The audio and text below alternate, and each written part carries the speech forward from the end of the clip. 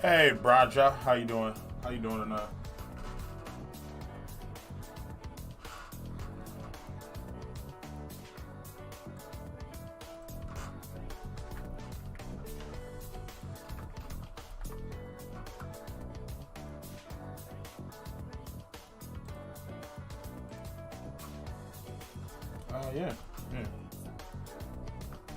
Yeah, go for it. Yeah, go for it. How's it going, Braja? How you doing? We are doing something new tonight. All right, we can. We're doing something new tonight.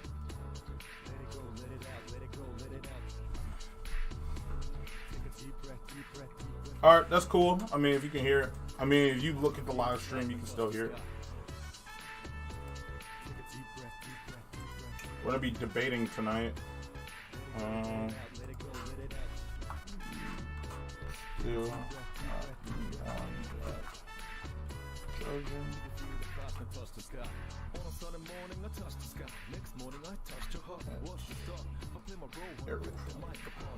still got me on that, Joe.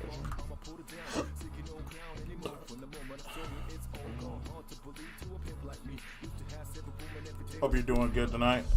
We're about to start. Just trying to get in touch with the judge.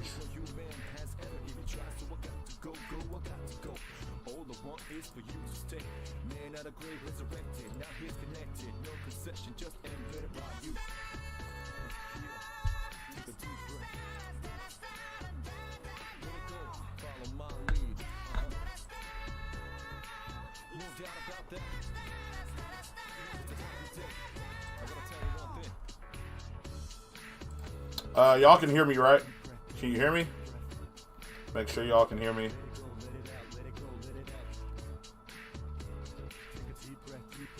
Alright.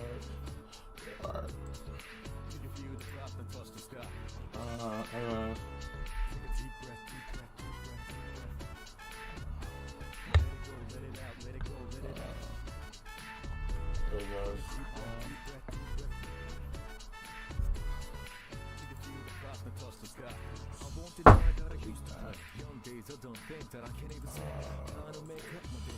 So hard to regulate to the matter yesterday. How's the dirt and you're the purifier. I'm the gasoline, wow, you're the fire. Keep it on the DL, no inquire, which makes me wanna talk like Esquire. I don't want a Porsche, I want an entire. Buy any juice from gold to sapphire. Crack some jokes and turn satire. We'll be careful not to get you too tired. Making sure that I take you higher. When we have a baby, we'll be in a child. That's what makes me most inspired. Hope seeing goes with you, baby girl.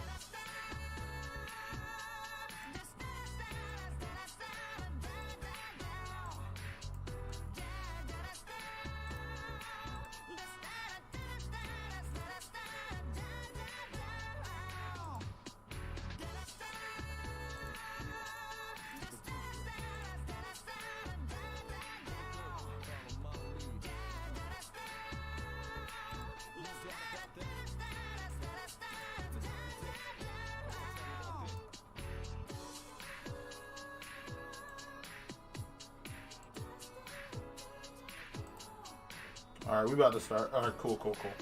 Just making sure. Priority speaker.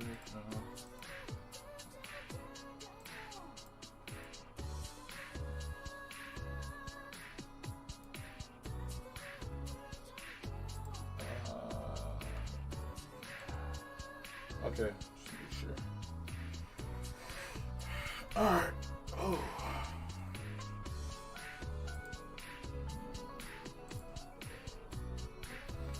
Okay.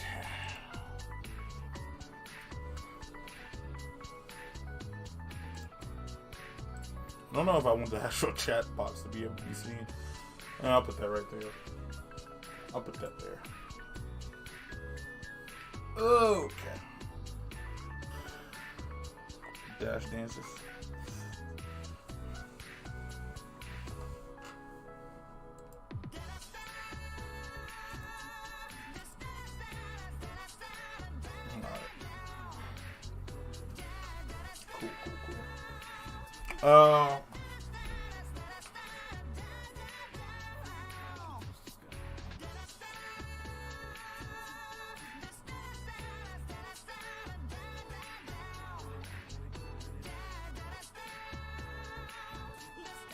Cool. Give me 1 second. All right.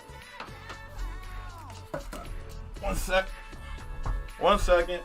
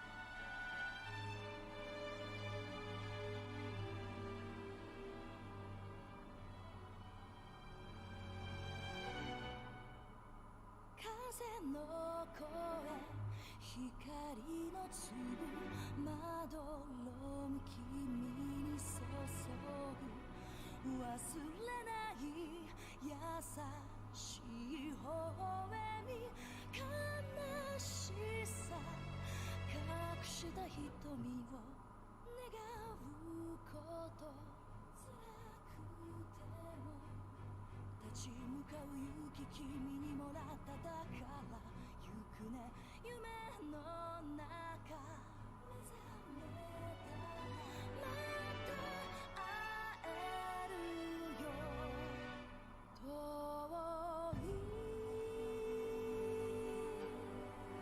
記憶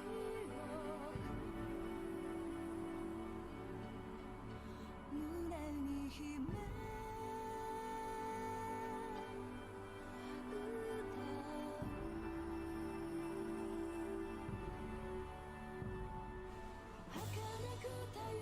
世界を君の手で守ったから今はただ翼を畳んでゆっくり眠りなさい永遠の安らぎに包まれて Love through all eternity Sorry about that, y'all.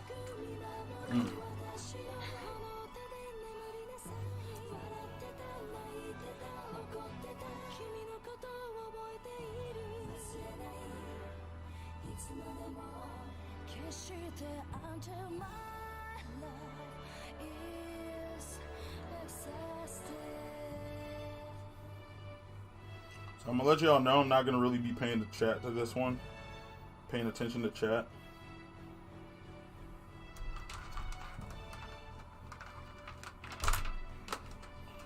If it's something big, I'll acknowledge it. But other than that, I'm gonna be probably ignoring y'all. Just so let y'all know.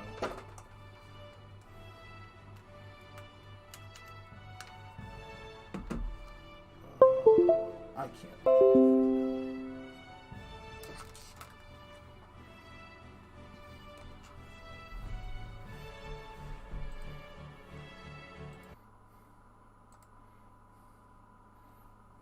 Okay. Let's see.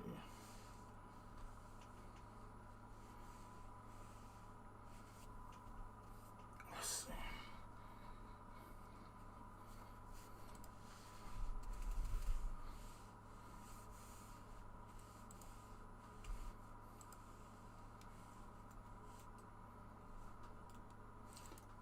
People.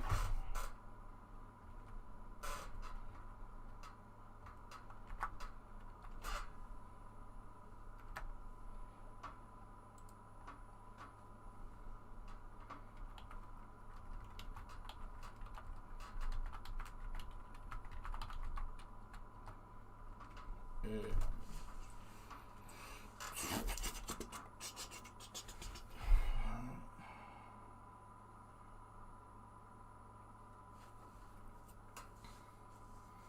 Should be able to talk in here.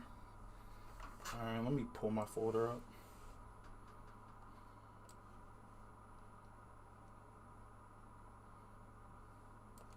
Hello?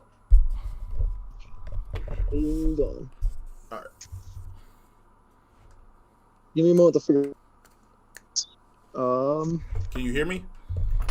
Oh boy. Alright. I was like, alright. There, now I can hear you. Hello. Alright, good. I'm just waiting for Arrow to join up but we can get started once he does. All right. Jesus Christ, you have a deep voice. I'm already Oh yeah. intimidated. Don't worry about it, man.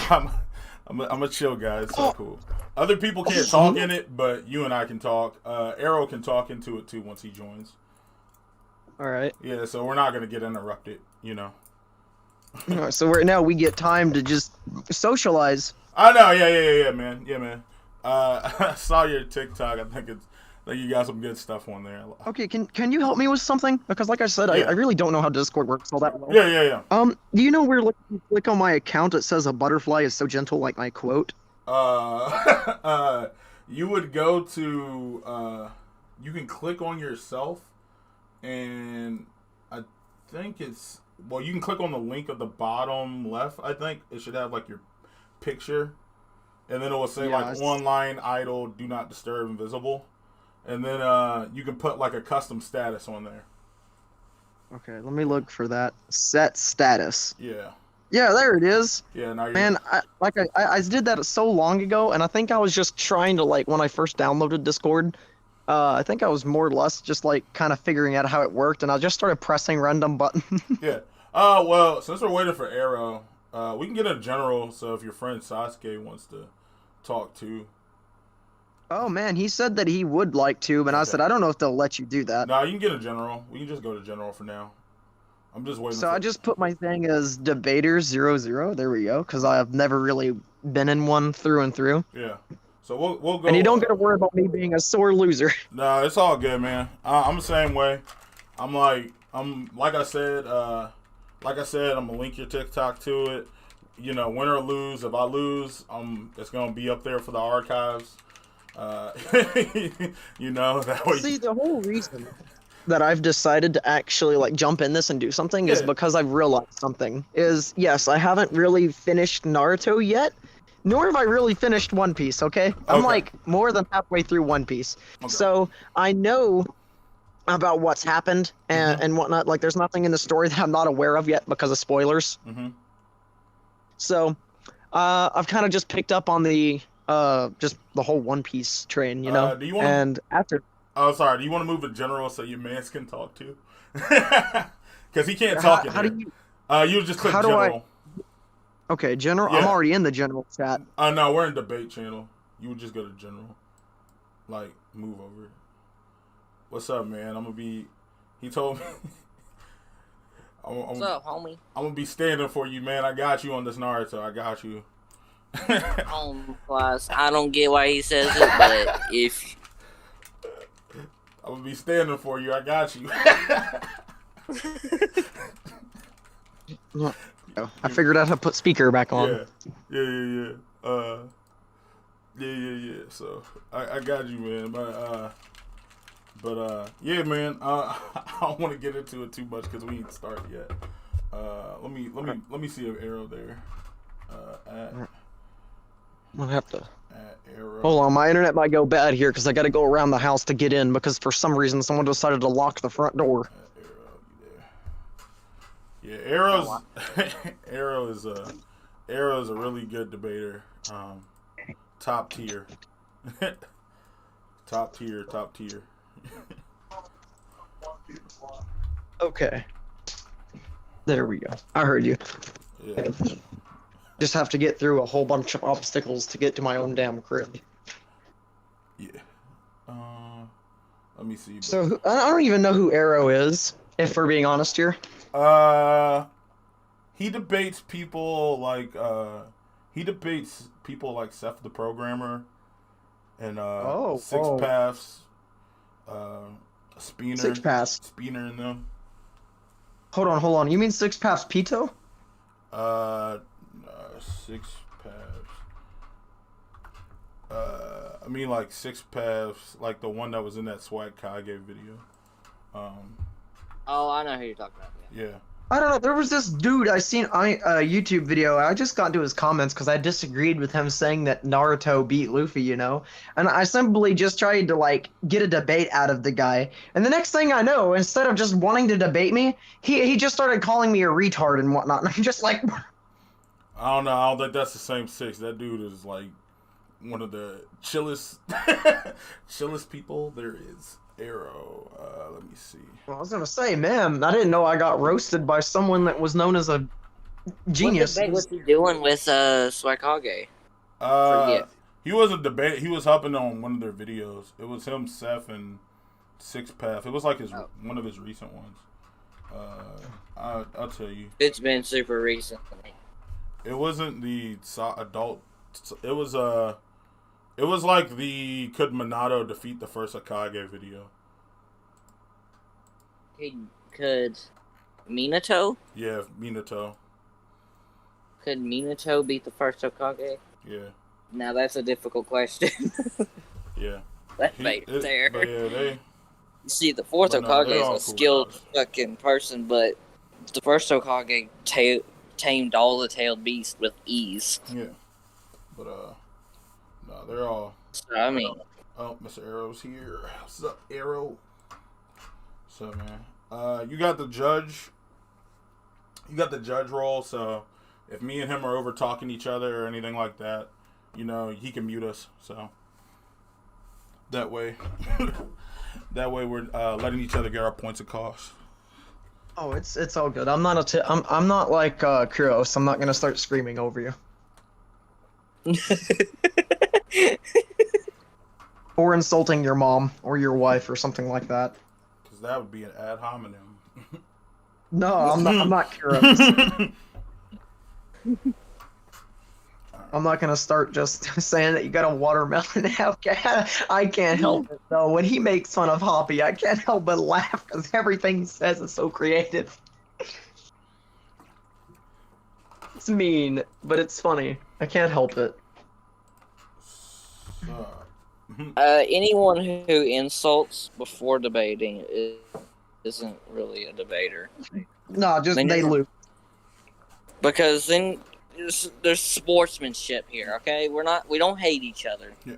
Hey, Arrow. Nobody here hates each other. When you're ready, well, when you're ready, Arrow, we can start.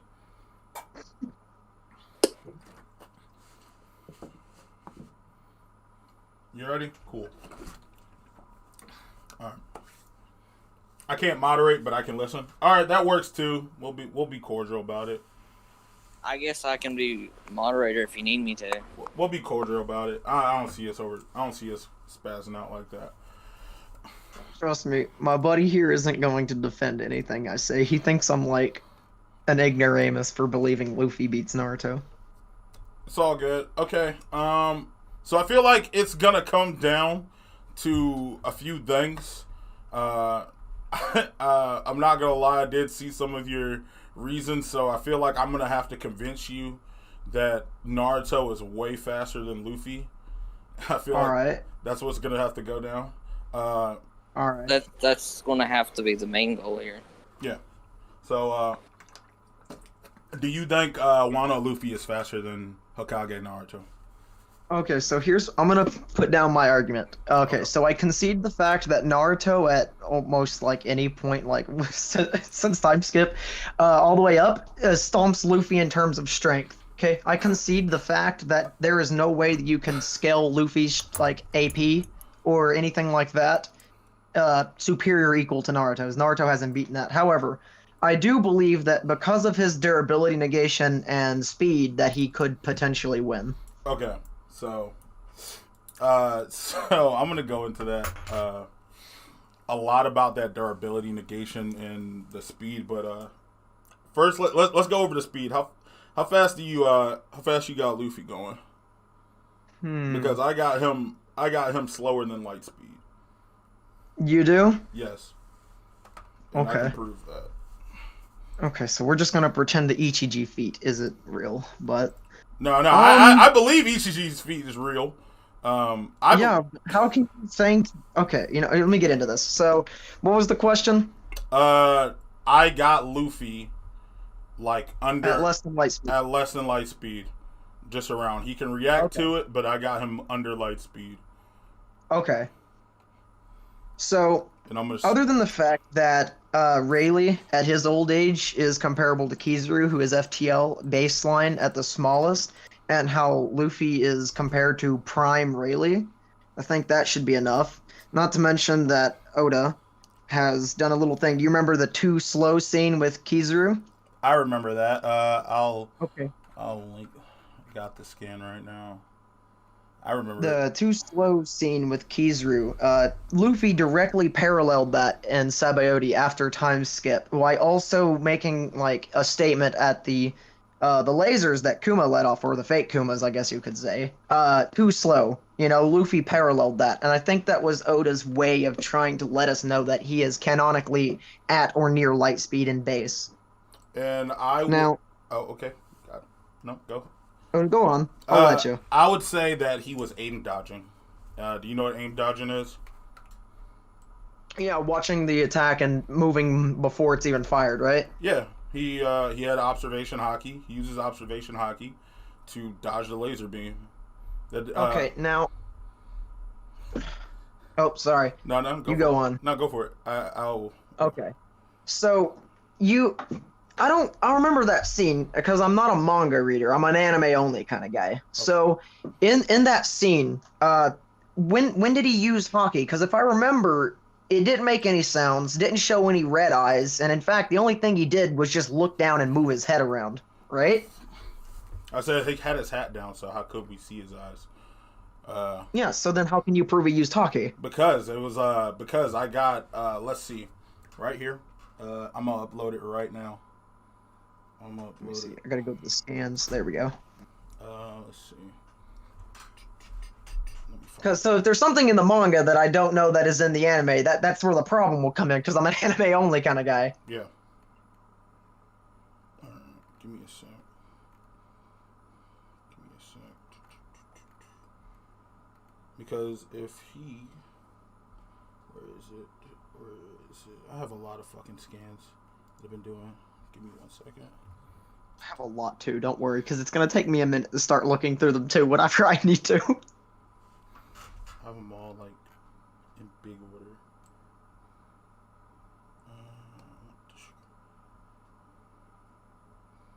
Oh, by the way, you're not talking about current manga Naruto Hokage, right? Like the one without. You're speaking with Ninetales, right? Yeah, I'm not talking about where he loses. Yeah, okay. I was like, I was hoping that it was with Kurama, because anyone who thinks that Naruto right now beats Luffy is kind of dumb. I'm not gonna. Yeah, I'm not gonna take that away from myself. No. Let me get it. God, I have so many fucking skins. It's not even funny. So you actually went and watched my videos to try and get an idea of what I was gonna say, huh? No, well, it was that to link, but I was like, oh, okay. I was like, okay, I could see why. It's a lot of the arguments that people use by saying stuff like the world is bigger, so the gravity is heavier and stuff like that. I don't use that argument anymore. I was debunked on that hardcore, and I openly admit it. And I can't prove that the One Piece planet has more gravity, but it's pretty easy to assume that the One Piece planet is massive, because as our own planet only has 2,000 islands, it was stated that by one of the people who was on Roger's, ship, so they have the credibility to say this because they already traveled around the world. It's with the Pirate King. One of them said that you could start counting the islands and never stop, and it was upward. Let me see the picture because I have it in here somewhere. And they have an exact value of what, well, not, I wouldn't say exact, but they got a rough estimate. God, Let me find it. I really should have sorted this better. I should have sorted my shit too. I really. Here we go. There's that. That's Don Flamingo. Let me see. Yeah, here we go. It's around this time. I think it's this one.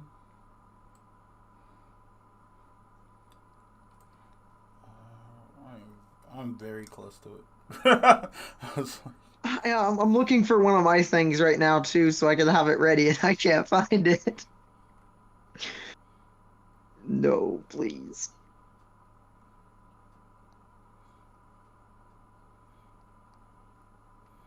okay.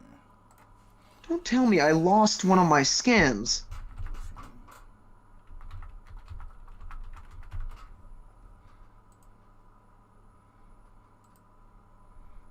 There it is, okay. Oh, and I'd like to state, I don't know every name in One Piece, so if I start referring to someone as this dude...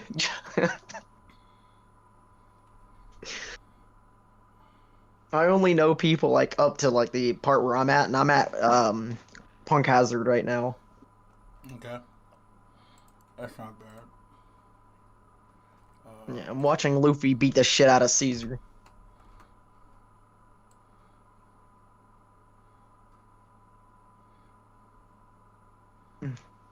Yeah, but let me just post those. Those are my proofs that that there is no way you could say that the One Piece planet isn't bigger because there's only 2,000 islands in the oceans of the world. But in One Piece, this guy says the world's a huge place. You didn't know that? You could start counting islands and not finish until you're at least at 10 or 20 million. Now compare 20 million islands to 2,000. There is proof that the One Piece planet is bigger, but Gravity don't know about that. Yeah, that's why. This is why it's aim dodging, because they're like, it's him from the wanted poster. It's Straw Hat Luffy, the real guy. The robot standing down there. He's holding up his hand. He shoots the laser, and then Luffy. You can clearly see that Luffy can see that the light is gonna be there, like from where they're standing. He shoots the light. Luffy moves his head too slow.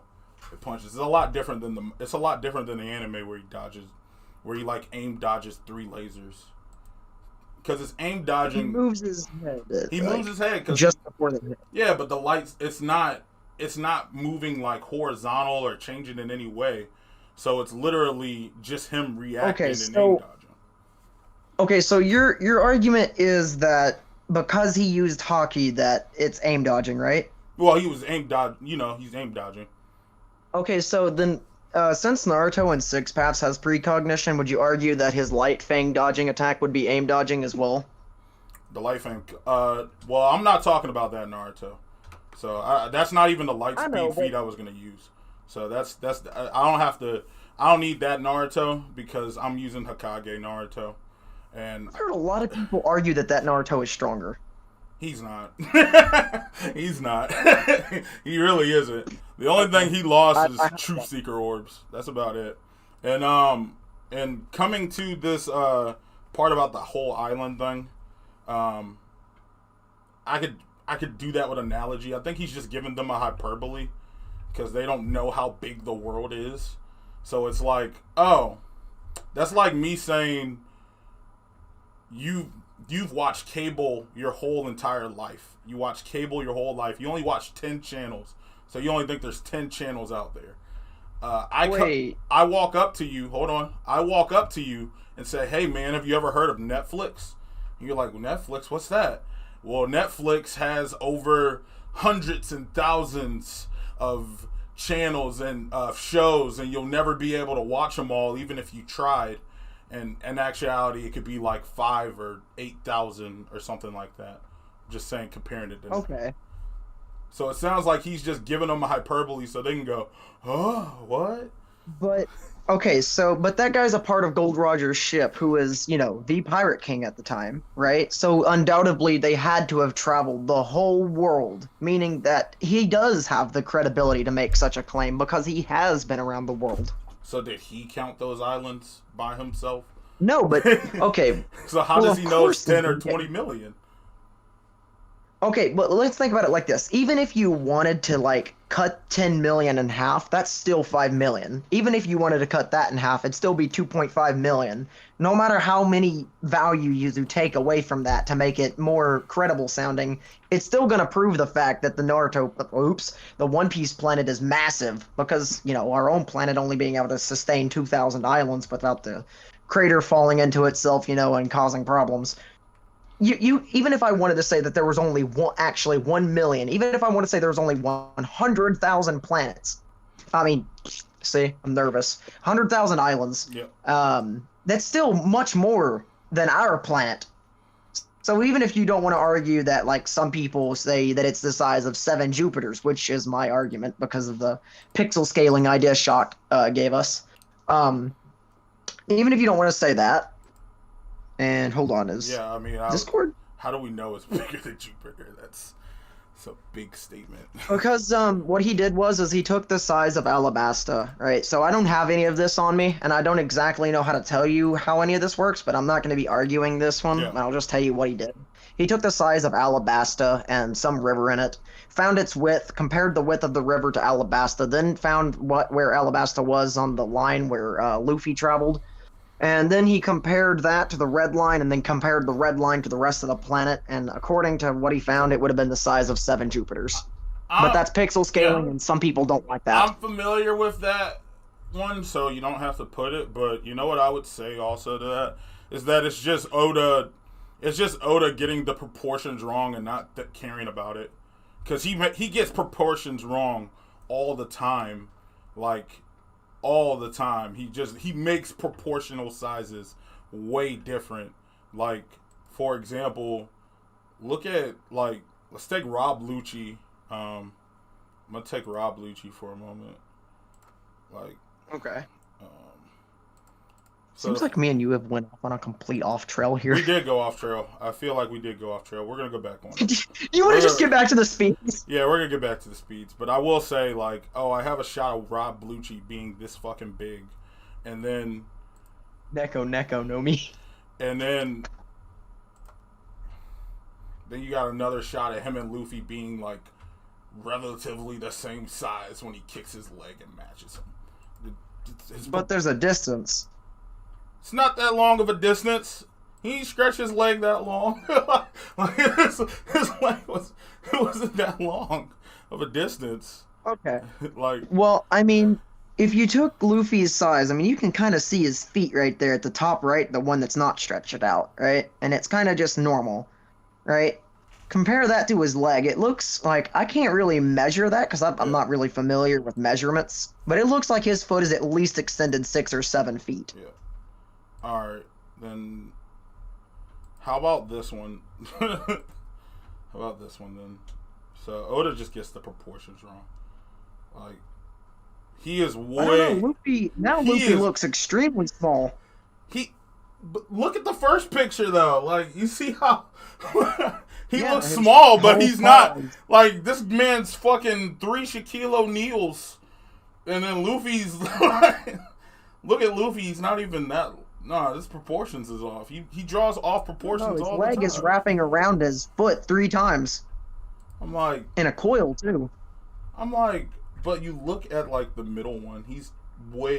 Luffy's way bigger compared to this first one where they first show him, like, putting his head in the goddamn ceiling.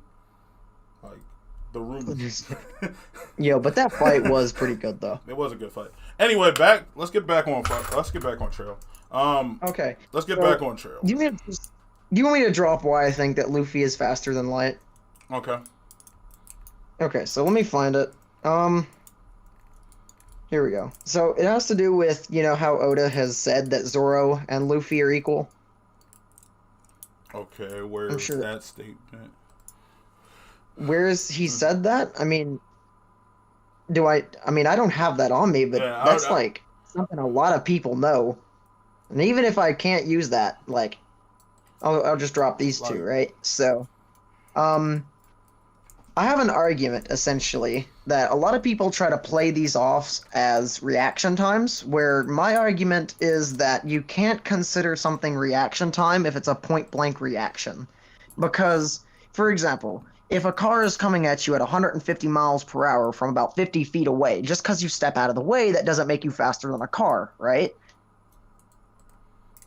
So, but if a car is somehow, able to go from 0 to 150 miles per hour and you're at point blank range, you have to be faster than that car, or 150 miles per hour, in order to dodge it.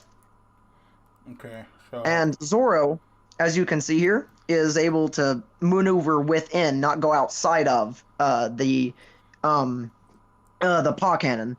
And because they're all at point-blank range, and he effectively maneuvers between each and every one of them in pre-time skip without getting, absolutely demolished.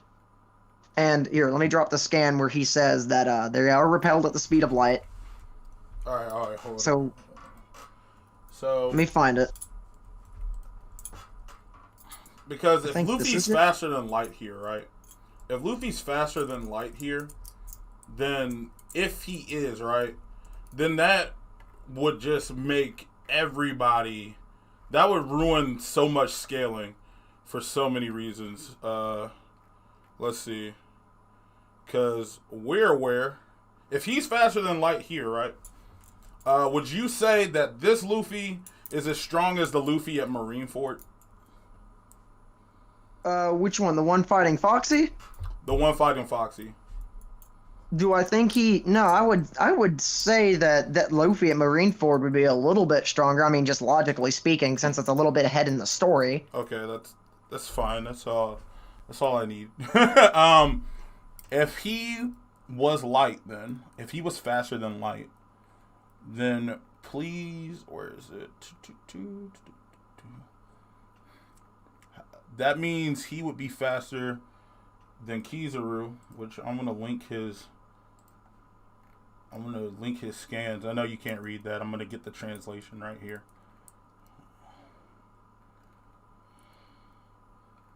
I'm gonna get the translation with it right here. That's the translation. And Kizaru attacks at light speed. But not limited to, right? Does it say that? Kizaru's traveling at light speed when he attacks. So. Uh-huh. Let's see. So if okay, that were the case, hold on. I got one more. I'm just saying okay because I'm reading what you've sent me. Yeah. If Luffy was light speed, he'd be able to dodge this. If he was light speed at that point, he'd be able to dodge this.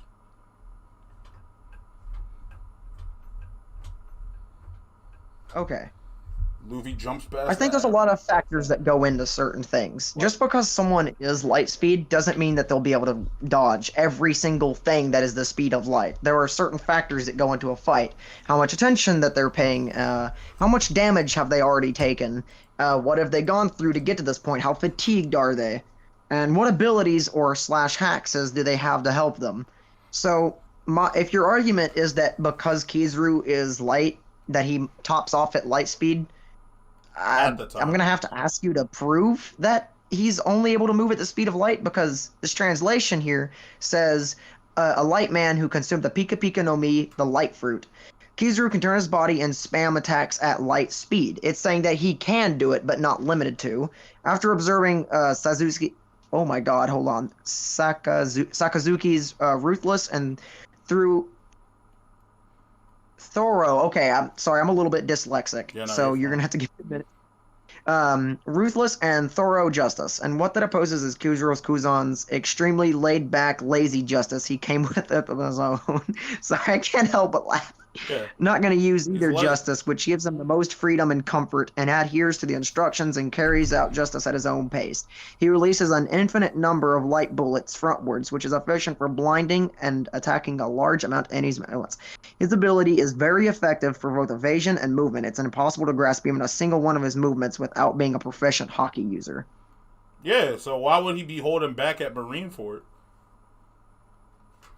Like, if Luffy is trying to go save Ace, he just jumped past the three admirals, because that's when he did the little the jet stamp and threw the water at him, because he still can't hit him at this point. Luffy jumps past them, seeing Ace in the distance right there, and then this motherfucker Kizaru just comes in and says, "Oh nah, bro, you too slow for this." Boosh, and then bitches him. Because, like I said, there's aspects that go into a fight. How fatigued are they? How much damage are they taken? Now, it's fair to say that Luffy has done already, at that point, a lot of movement. I mean, did you not see how he came out of that water when he threw out of them? He was huffing and puffing and clearly tired. If your argument is because he wasn't able to dodge just one light speed ability, then he can't be light speed, then that just doesn't work. Wasn't he using... Didn't he use second gear at that point too? At that point, are you asking me if he used it in that moment or at that point in the series? I meant right before he did it. Didn't he do second gear at that point? So shouldn't he be already moving at his top speed? Well, I'd have to find out if he was actually in second gear, but I don't recall him being in second gear. I remember him busting out of water in base form and then tried to jump through them. But at that point in time, he did like to spam his second gear. Yeah, he was spamming. Yeah, but he was spamming second gear the whole time. Like, okay, he got the didn't before that too, like before a few pages before all that, didn't he get an adrenaline boost too? An adrenaline boost from what's his face, I want to be politically. You're talking I want about to be the Ivankov. I want to be like. yeah. I want to be politically correct. I mean, in One Piece, they do refer to them as queer folk, so that's what you can call them. Yeah, I'm like quite. Self-identify in the series as queer folk. But what I'm saying is, every time we've seen him attack, right, he's always boasting, "Hey man, speed is power," and have you ever been kicked at light speed before? And then he's bitching everybody at light speed. He's only showing light speed. He's not moving faster. He's like, Okay, so I can see where you're coming from. You're talking about the do you know what it feels like to be kicked at the speed of light scene? yeah, So about this, remember what you sent me up here about Kizaru? It says here that he has very lazy justice and tends to be very lazy. Now, even at Marineford, if you don't think that Kizaru was being lazy, I really don't know what to tell you. Because to be fair, if they took it serious, Kizaru could have just blitzed every single one of the normal men, took care of them. Then all the mid-tier folk could have taken care of them easy, right? No, he was definitely being lazy at Marineford. He's always lazy. That's basically his character. And to be honest, at the point of the show I'm at right now, I can't think of a single time he's ever taken anything seriously. So when he's fighting Whitebeard, are we gonna call him being lazy during that, or Rayleigh, or like when he fights Whitebeard, or when he fights Rayleigh, are we gonna call him being lazy at that point? His expressions never give me, or his tones never really gave me the idea that he was taking anything too seriously. Let's see. As far as I'm aware, he was always just like, "Oh, hello," and like when he was held at gunpoint, "Oh, hey, big guy," and like just smiling and just throwing up his hands, whatever. Yeah. Why did Kizaru put his hands up for a gun? You mean where? I need that.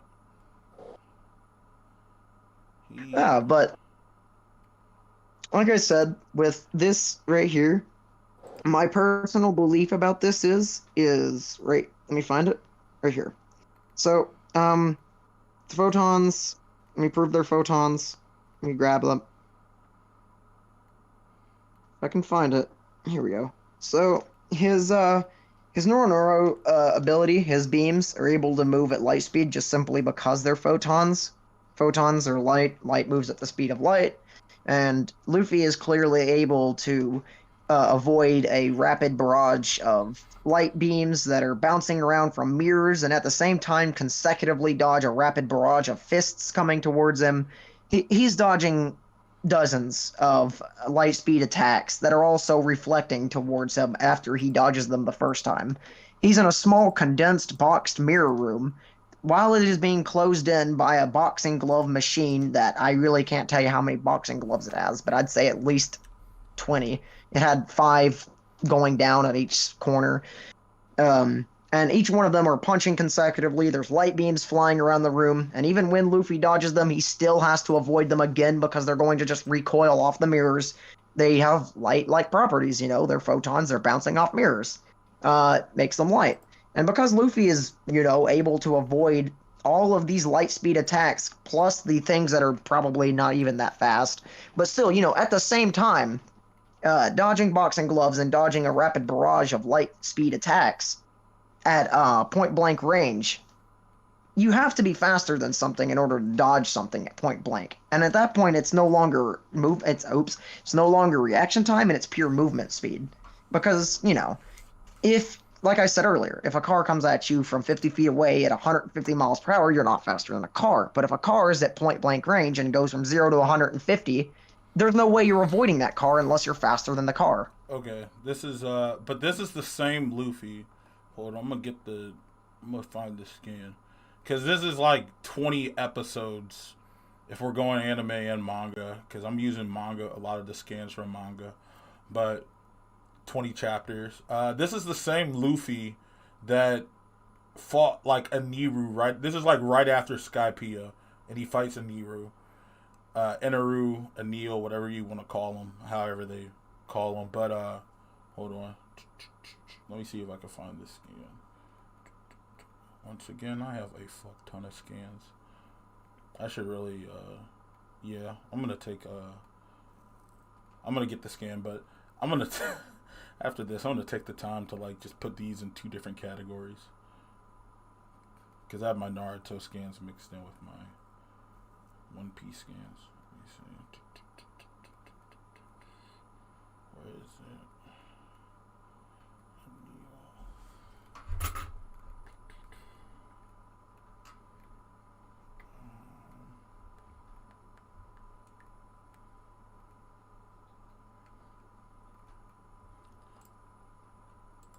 I'm gonna find it, but Didn't Skypia happen before this arc, though? yeah, Skypia happens right before this, and Luffy's fighting Enel or Eneru, and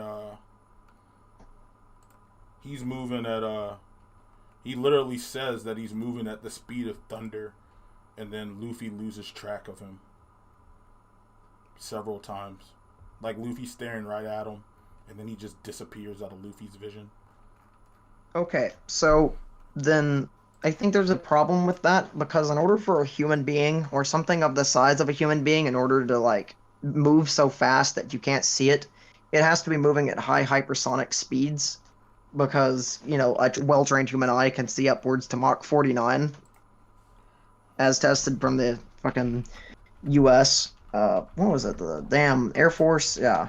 In order for something, though, to move so fast, though, that you can't see it, it has to be, you know, it depends on size, because, you know, the bigger something is, the faster it has to move so you can't see it. Now, from what I've scaled, and I even got a TikTok video up about this, a soccer ball, or anything like the size of a soccer ball, specifically, you know, basketball, whatever, you know, it has to be moving around Mach 30 to 40 in order to be moving so fast you can't see it. And, you know, just logically speaking, something that is bigger than something else will have to be moving faster before it's able to lose the track of sight. So if he's making the claim that it's like thunder, I'm not exactly sure that fits, because if he's warping around, or at least so-called looks like it, you know, that just doesn't match. I'm gonna get the exact scan. Like, dude tries to like peace out, and then he goes like, "Oh, you thought you could escape thunder?" I found it. You know, another reason for the way he's putting it like that is because Enel is completely and utterly full of himself to the point to where he had an actual god complex. And, you know, with him having, you know, the powers of the lightning abilities, you know, I'm pretty sure he'd be completely full of his lightning abilities too. Taking his ego complex into example, he'd want to also make his own power, you know, something that is now physically a part of him, and spiritually too. Just also, you know, up with it. You know, if he's going to make himself look better, he has to make his devil fruit look better. Otherwise, you know, you can't have an ego complex and have a shit devil fruit, you know? See, in the second panel, the dude's like, they're like, run away. And he's like giving him like, he's giving him like a head start. I forget how long it is.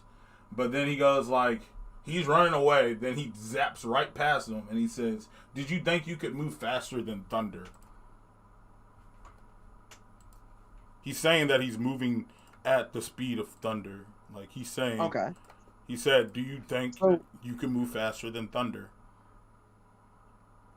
So let's pretend for a second that Luffy is only able to move at the speed of sound, right?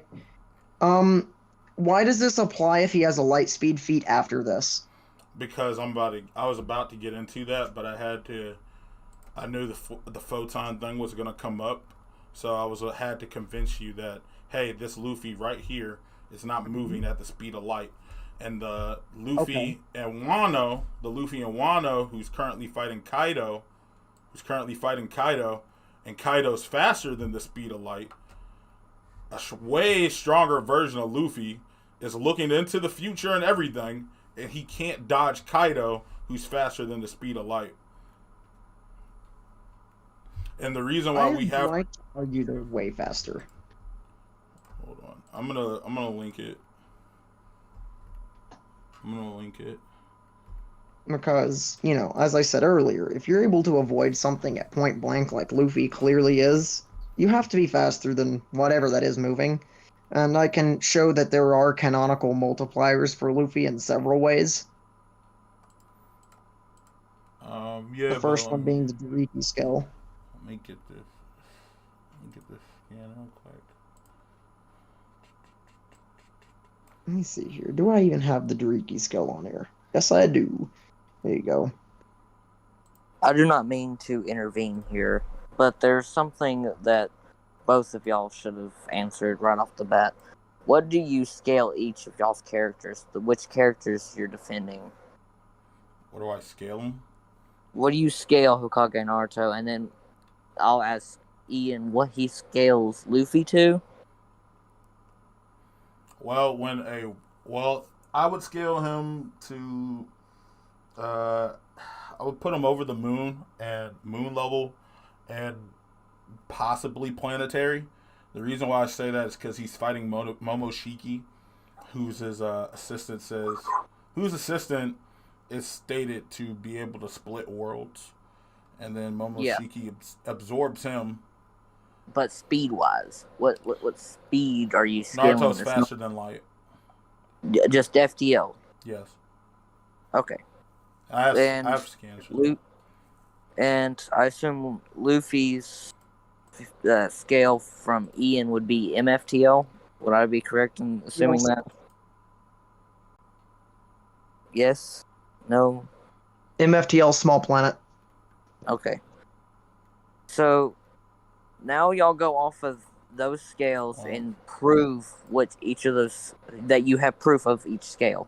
Well, right now we're doing speed. Because right now we're scaling. Where is it? I'm like right around it. See, but I'm just curious though. You're bringing up something that it happened before another event, you know. If even if you're debunked, but it doesn't matter. It happened before. That's the same one. He didn't get a power up. He didn't get second gear or anything. It was them just literally just boxing. There was no power up or nothing. It was him fighting. Yeah, but it still happened before. It literally was like not even like they're still recovering and shit from it. This happened like right before it. Well, I know, but I'm just curious to how it applies if it happened before. Okay, but there was no training. There was no training. There was no second gear. None of that. He didn't have observation hockey. It's the same. It's the exact same. It's like literally the same Luffy. He didn't get any power ups, and the mother. And if we're being lucky by the narratives, if we're going by the narrative reasons, he literally him being rubber had a lot to do with why he was able to beat Enel or Eneru or whatever you want to call him. Well, what if I said the reason that Enel said, "Do you think you're faster than Thunder?" is because Enel was referring to himself as Thunder, and he's not genuinely speaking about Thunder. You know, One Piece characters thoroughly and commonly refer to themselves as exactly what their devil fruit makes them. He literally is the Thunder guy.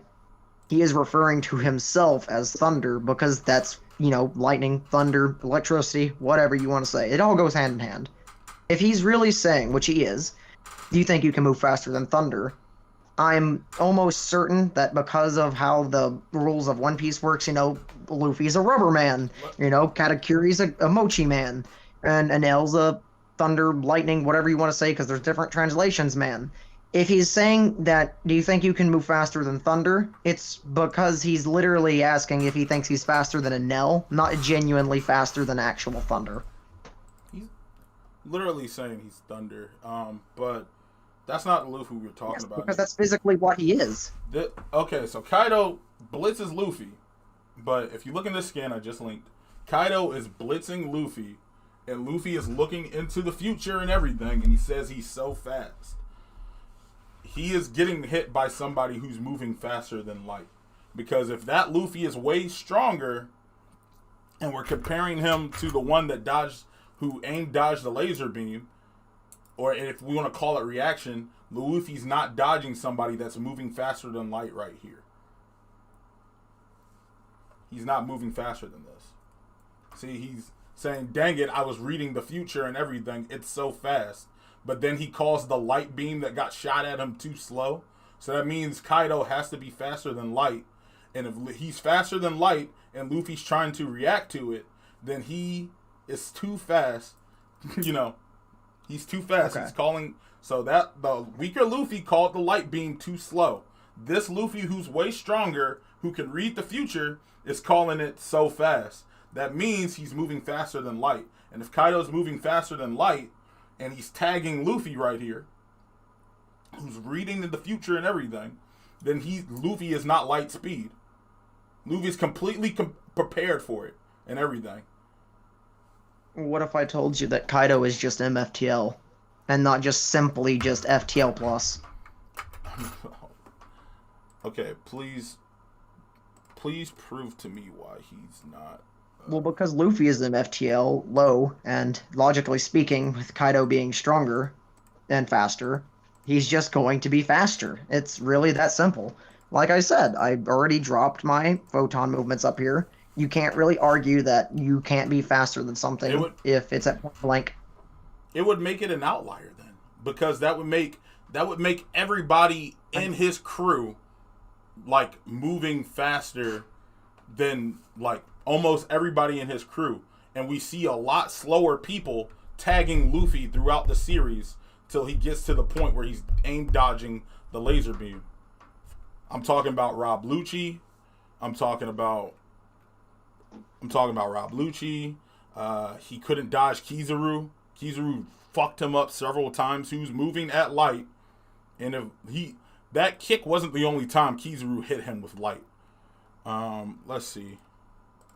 I'm going to find it because he fought them and then he was doing up the whole Straw Hat crew. And he was about to kill Zoro before Rayleigh came in. Remember? Yep, came in and kicked him. Yeah. So if we're going to say that Kizaru isn't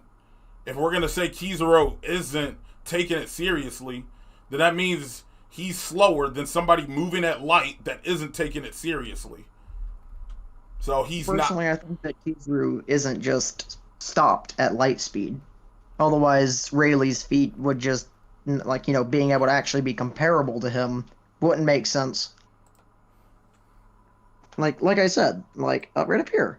I don't really know how else to tell you this. Because,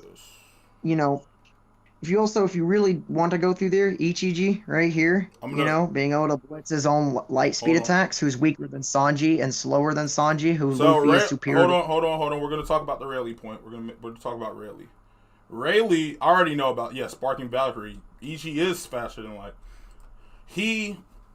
Rayleigh says, once you attain Haki, you can tell where your opponent is. Meaning he knows where to put his foot, not that he's moving faster than light to block the foot. He knows where his opponent is going, so I'm going to put my foot there. I don't... Okay. It's not that, hey... It's not, hey... But wouldn't you still have to be fast enough to catch someone off guard, even if you know where they are? I mean, look at his expression in that scene. Kizaru kind of looks surprised. What? He had the same dumb expression, but if we're gonna... he got that same dumb face, but if you look at it, he said, you know where they're going to be.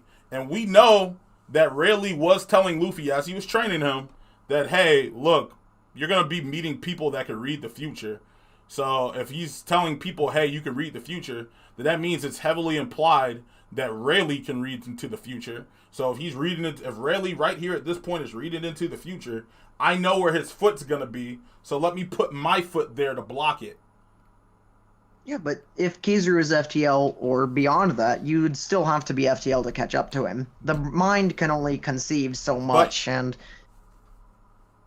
if Kizaru is faster than him, he would have just moved. But if we're going off of your logic, you're saying that he's not taking it seriously, moving at light, and if he's not taking this seriously and still moving at light, then that means he's moving at light. If he's not taking, even if he can move faster than light, he's not taking this seriously, and he's just moving at light. So that means Rayleigh, if he's moving at light, knows where to put his foot to block it. So if Luffy in that fight was moving at light speed, then he would be dodging it. He would be dodging Kizaru's attacks, who's not taking it seriously, moving at light. If he's moving at light, and if he took it serious, and I agree, oh, he can move faster than that, but he's not taking it seriously and he's just moving light, then that means they're not faster than light at that point. Because he's not taking it seriously and he's just moving at light. So that means Luffy can't be faster than light if he's not taking it seriously and moving faster than light. He's not moving faster than light because he's not taking it seriously. And if he's not taking it seriously, he's moving at light speed as a base. Okay. Why would I? So. No, you got it. Okay. Can you prove that Rayleigh was using Haki in this scene, other than an implication? He's literally okay. I can. Where is it? Because, to be honest with you, I didn't really like the time skip post Sabaody that much. I think I was mostly like eating chips or drinking soda during that. Let's see. I mean, I do remember the scene though. He was. I remember he flew in and kicked his leg. He's and I remember this statement too. Okay, listen, Haki, blah blah. There are people feel no doubts, true strength. Where is it? A devil fruit. Here it is.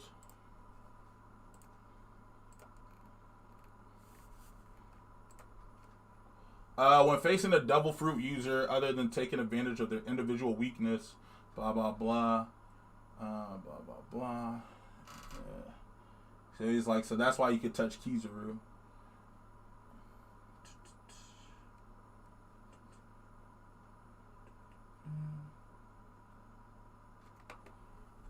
So he's going over the three like phases of Haki, and he's like, oh yeah, I use armament, and he's going over observation, and it says in that statement up there with that data log that hey, you can't grasp his movements without being a proficient Haki user. So that means hey, I know where to put my foot. Because he's moving too fast for me to see without Haki. So he has to be using Haki to be able to block the leg of Kizaru, who's not taking it seriously and just moving at light speed. So if Haki to be able to perceive his movements and he's moving at light speed, then that means Rayleigh's using light speed right here. He knows where to put his foot, and then that's how he's able to block it. Because he can tell where he's going, not him actually moving there. Okay, so then can I ask you a question? Mm-hmm. Okay, so you accept that Rayleigh is FTL, right? I said that. I didn't say that he was FTL. I said that he knew where he was going, so he put his foot there. Okay. Most people who watch that scene, I don't really know if he used Haki or not. I mean... He had to, because the statement up here literally says, hey, it's impossible to grasp his movements without using Haki. You have to use Haki to be able to grasp the movements of light speed. He's light speed, so Rayleigh is using Haki to know where he's going to be, puts his foot there, and that's how he was able to block the kick. He had to use armament Haki too, to be able to block the kick, even though it doesn't show, the black cover or the aura. That was funky before the time skip, whenever they talked about Haki. But they still do that, even past time skip. They try to make it. They try to at least say, "Hey, this person's using Haki," but right there, I got it right there in this scan. Well, not the scan, but in that text of that translated scan saying, hey, you need Haki to be able to grasp his movements of light speed. So, and that's not saying faster than, that's saying, hey, I know where to put my foot. So Luffy is not moving at light speed at this point, because if we're going off of the photon point, and like you said before, why does the past matter about what we're talking about now? Well, that happened before this happened. So that means Luffy is slower than light, who's somebody's moving slower than light, that's not taking it seriously, if we're going by your logic. Okay. Because it's the past. So then, are you trying to argue that what happened is an outlier and it doesn't count? It's an outlier. Okay. So, how can one just discredit something that genuinely happened? I mean, for all we say, like, if you look through the narrative of One Piece, and this is why this is part of the debate. Why I like it so much is because a lot of the filler is them going to the next island. That's when all the filler happens. The filler never happens at the main island. The filler always happens before the island. So if we're looking at it and you watched it, every time there's something filler related, it's not when they're on the main island, it's when they're traveling to the next one. Yeah, something. It's always in between or, enduring. Yeah, so, it's an I would say that's an outlier because, they're traveling to the next island, which is, I think, Eni's Lobby or Water 7. Okay. And so then, what do you say about the Zoro feat? Well, we're not really talking about Zoro. We're talking about Luffy. I know, but if your argument is... The reason I bring this up is because you said that it's an outlier, but how can it be an outlier if Luffy's right-hand man also has a very similar scaled feat? It's almost the exact same thing, really, except there's no reflection. A barrage style of light speed-like attacks goes for them, and both of them manage to maneuver through them at point-blank range and, get through it unharmed. And this didn't happen in filler. This happened during Thriller Bark, I believe. Yeah, I didn't watch all of that because I hated that arc. It's the only arc of One Piece I hated. Yeah. I couldn't get past. Let's see. Then and Kuma says here, it says, this is called the pad cannon. Air is repelled at light speed, creating a shock wave that penetrates anything. And then he shoots it out. And, the pad cannon is what is being shot at light speed. And Zoro is even able to just maneuver through them without exiting the actual barrage, No, he moves through them because, he probably would get lost trying to get out of them, if we're being honest. Yeah. But no, he goes right through the middle of them and straight towards them. So the reason I brought this up is because if the Luffy thing was an outlier, then why is Zoro showing a very similar feat? Let's see. An outlier is just like one thing that happens, off the knock. It just happened, But here's Zoro doing a very similar feat. Hold on. Now I don't know if Sanji has any light speed feats other than the fact that he's comparable to Ichiji. Well, then you could let's see. Give me 1 second. I'm gonna get that because I know the skin you're talking about. I'm pretty sure. Because if he's light speed, right? If he's light speed, he would be traveling at light speed. I meant like not reacting. That would just mean he has the reactions. That doesn't mean he's actually traveling. See, that's why, I see what you're saying. A lot of people I've asked about this tried to say, well, he's dodging them, so it makes it reaction time, which normally would be the case. But my argument is if he avoids it at point blank, how is it reaction time? I'm gonna get that skin.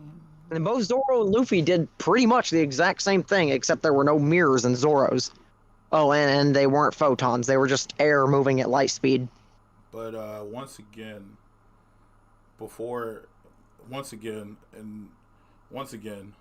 what I would say to that, right, is that, hey, we have him fighting. They are fighting Kizaru, or the robots who are fighting Kizaru, who are firing Kizaru lasers, who are getting tore up. It took the whole crew to fight a robot, which is fighting a copy of those lasers. Hold on. Mirror. Yeah, you don't gotta show me that. I know what you're talking about. You're talking about the fact that they're Kizaru's lasers. Yeah. They're Kizaru's lasers, and like I said, if we're saying Rayleigh's more powerful than them, and Rayleigh had to use Haki to be able to block. Can you hear me? Yeah, I can hear you. If Rayleigh had to use Haki to block Hey, I hate to cut you off, but could you go back 10 seconds? My internet just went dead. Sorry. I was saying that if we're talking about this being in the past, and this is the past, and this is still before Sabaody, and if this is still before Sabaody, and they're fighting Kizaru's the artificial lasers of Kizaru, and they're still getting hit by those, then that means they're slower than light because they're not moving at light speed. If they could move at light speed. So if they could, so I'm saying because they were hit by one light speed attack, your argument is that they can't be light speed. They're not one, several. They are. Yeah, you remember they were getting fucked up by those robots, and those weren't even the real thing. You're speaking pre-time skip, right? Yeah, I'm talking about if we're talking. Okay, yeah, we're talking. Because I was gonna say you're talking post No, time I'm saying skip. you're saying that they're MFTL because they're doing stuff in pre-time skip. I'm disproving that, hey, this guy who's not taking it seriously is moving at light speed and they're not dodging any of his attacks. So if they were light speed, they would just dodge him, but they're not. Like, they're not. He's moving at light speed. They can't do anything about them because, and this is the artificial. This isn't even the real thing. They're dealing with the robots who aren't even the real thing and are getting. It took the whole crew to fuck up one robot who's not the real thing. Like 50 more, and they were like, fuck. Yeah, and they were like, fuck. So if that's not the real thing, and then I'm showing that, hey, they're not fast enough to stop the real thing, who's being lazy and moving at light, then, hey, they can't dodge light speed because they're not light speed. Because your argument about them being faster than light speed is coming from pre-time skip them moving at light speed. And I'm showing you that, hey, they can't move at light speed because this motherfucker is actually moving at light speed, and then he's fucking all of them up. Well, see, I can see where you're coming from, and you definitely have a little bit more experience with this than me. But I'll tell you what, right, like, I'm kind of like stuck in a rock and a hard place right now because I'm not exactly too sure what to do. Because I'm like, in my mind, I'm showing you why they're FTL, and also in my mind, I'm like, yeah, there's gonna be times where they're gonna be hit by someone moving faster or as fast as light. I mean, you can't dodge every single fucking blow, You can't dodge everything. Yeah, but every time we see Kizaru attack, ain't nobody dodging that shit. No one dodged it. Kizaru isn't capped out to FTL. I'm saying it, but if we're going off of the fact that he's being lazy, this man is being lazy. We're not seeing anybody dodge. We're not seeing any of the Straw Hats and they weren't even. Rayleigh wasn't even dodging. He was just clashing with him. Then they're not faster than Kizaru, who's being lazy, moving at light speed. And we can just conclude on this, and I guess leave it up to Arrow to decide. I don't really know, man. It's like, because I feel like if I if I concede this to the judge, I said conclude. I feel like. Oh, okay, yeah. Well, concede it to the judge, conclude it to the judge. Either way, it works. I mean, concluding is just I mean, if you want to concede, yeah, that's fine. I'll take that. Oh, I am not conceding. I meant like that means I win. Like his, because I haven't even gotten into Naruto. Ability. What I meant was like conceding the for instead of me and you to finish this, for him to I concede for him to just fucking bring up whatever he wants. Yeah, I'm talking about the point. I'm talking about. Oh, I'm not conceding the whole debate. Not the whole debate. I'm saying the point that, hey, Luffy's not moving at light speed. At like I'm saying, I he's not. personally believe he is. He's not. He getting fucked up by Kizaru. Yeah, but he's right here. But both Zoro and Luffy are right here, able to move past point blank light speed attacks. And if sure, they're going to get slapped by a couple of hits every now and again, and sometimes things that aren't even as fast as their top speed, because like I said, there are circumstances that plays into a fight. For example, if you're at a boxing match and you get punched in the face 3 or 4 times, do you think that you're really going to be fighting as well as you was before you was punched? No. Like once again, they're like if we're going off of once again, like I said, the artificial thing. Like, the artificial thing's just, like, it's just... And wasn't Luffy already in several fights before all this? He's just fucking them up. I mean, like, now they all got their asses beat by the robot. That is the artificial thing of the real guy. Who's moving... Who's taking it easy. They did beat that one, though, right? It took the whole crew. Like, are we going to say the whole crew could... Is FTL? No. Are we going to say the whole crew could beat Kizaru? God, no. No, because... God, no. Fuck yeah, no. because they're not fast enough. And even if they were fast enough, they couldn't hit them, but they're not fast enough. I mean, I could keep saying that blue in the face that I'll do a little bonus too. Where is it? And I don't got the scale for it, but didn't Zoro also like get shot at point blank by one of Kuma's like mouth lasers, and he was able to jump out of the laser, but he still got caught in the shockwave of the damage? Let's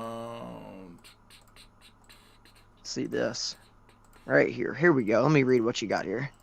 Sanjimonime. Yeah, they're getting fucked up by the robot. Who's the artificial thing? Who's the artificial thing of the guy? Like, if I remember right, they first started off by picking off the weaker ones, right? I mean, except for Sanji, they really had it out for Sanji. I mean, is killing fodder supposed to make him way tired? Is that or is no? He like what I'm saying is like for my personal like look and view on this is that Luffy had already been fighting, you know. And shit had already been going down. And like I said, there's a lot of factors to play into mind in a fight. Just because they're hit by one or more attacks of something that may be faster or slower or equal speed to what they have, it doesn't mean that they can't scale to that, because like I said, there's factors. There's a fatigue and an endurance. It's not equal. That motherfucker is moving at light and they're not dodging it. Yeah, but these motherfuckers right here also dodged light speed attacks at point blank. And Zoro was able to dodge a barrage style of them. More than just one, several. I'm like that's why I said we can conclude on this. We can conclude on this. I think it's let Arrow I don't think decide we're going to progress on this. Who's gonna win the point? Because I mean, your whole basis of it is, hey, as long if I can prove that pre-time skip is FTL, then that means post-time skip is, and I've proven right here by looking at Kizaru, who's moving at light, who you yourself said is being lazy, who is being lazy, and if he's being lazy, that means he's not taking it seriously, and he's not taking it seriously at light speed, and he's tagging them, just destroying them, then they're not faster than light. Because Kizaru's, and then they're getting their ass beat by the artificial thing of him, which is artificial, mean not as strong as the original. Not as strong as the original. Maybe not as strong, but the same speed. Yeah, but I'm saying they're getting their ass beat by this guy, and if they're faster than light, then they would just be dodging it. Let's leave this to Aeroflame, because as a wise man, Albert Einstein once said, insanity is trying the same thing over and over again and expecting different results. Yeah. So I think they're not light speed, because I've shown that Kizaru, who is light speed, who's not taking it seriously, who's moving at light, is tuning all of them up, and the artificial version of him is beating their asses. And then it takes Rayleigh observation hockey to know where he's at to put his foot in the right way. Then they're not light speed. Where I got Naruto, Hokage Naruto, who's fighting Delta, and I'm gonna link all this now, because I'm gonna link all this now. This is a lot of people hated that fight. It's not a good fight. I hate it. I hate that fight for so many reasons. Not because he's not strong. It's just the fact that Naruto was so fucking. Delta's a dude. Nah, Delta's a girl. Oh, I was gonna say, what the fuck? No, Delta's a girl. I hate that because he was. Now we're gonna have he was another being Haku dumb situation. as he was being dumb as fuck. I don't know why. I don't know why he didn't. I get it. It's narrative reasons. Why? There's narrative reasons, but there's narrative reasons. Like, why didn't he just make a fucking clone and take the kids away and then beat her ass? He didn't do that. I don't know why. Like, he could have just. He had to hold back to not damage the village, I believe. Nah, I mean, I'm not even talking about fighting her. I'm talking about, like, why didn't he just make a fucking clone and take the kids and run away? Like, that's all he had to do. Like, he could have just did that and then beat her ass without holding back. Like, because he. Village still would have been under threat, though. Nah, I mean, I got the real. No, I'm saying, like, because they've shown Naruto several times. They've shown him, like, several times fucking just. Alright, here it is. I know it. So she shoots the beam. They're like, what just happened? She shoots the beam, what just happened? Kawaki goes, oh, that's her light beams, and if you get hit by them, you won't be able to regenerate. So I got Delta shooting, before. I got Naruto dodging point blank beams of Delta I don't shooting mean light. to intervene on your Kawaki thing. Kawaki states, Sir, it's between him and I. We're not helping anybody. This is I between know, us. but what you have stated is wrong, so No, therefore I have intervened. This is not your debate, so please mute. So, thank you. They're saying several times there was a destructive beam of light that was developed. Then she says, it'll be a one-shot kill with my destructive beam of light. And then Naruto's talking shit on the bitch.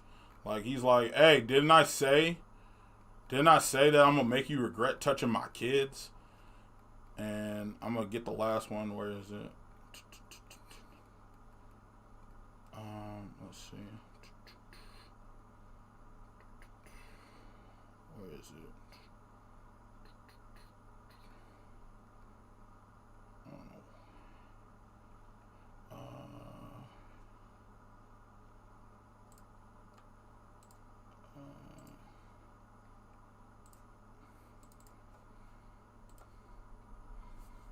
She shoots the light beam.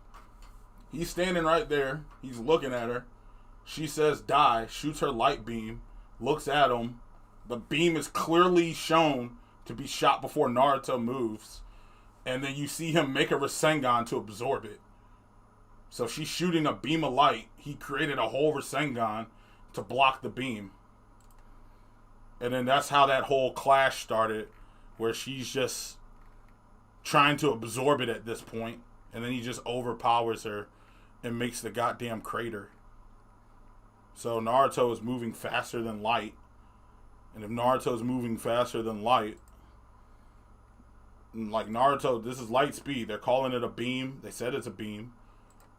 He made the Rasengan. He's moving faster than light. Because the beam's already fired. And I'm not even going to use the light thing. But if we were going to compare the light thing to Luffy dodging his head, then Naruto moved his whole body where Luffy just moved his head. And the beam was coming out horizontally. Well, even with that, Six Pass Sage Mode has precognition, which, I mean, I'm pretty sure a lot of people know that. I mean, there's no... Like, if it was precog, then Naruto would have already been making the Rasengan. She shot the beam. She says die. He's looking at that shit. And then he makes the Rasengan. I'm not talking about all this. Yeah. I'm not talking about all this. I'm talking about just that one thing. Because, like, when he was fighting Madara, what I found is about Sage Mode. Yeah. Six Pass Sage Mode specifically is that it always has precognition running almost all the time. Yeah. And then if we go, where is it? I put it back up here.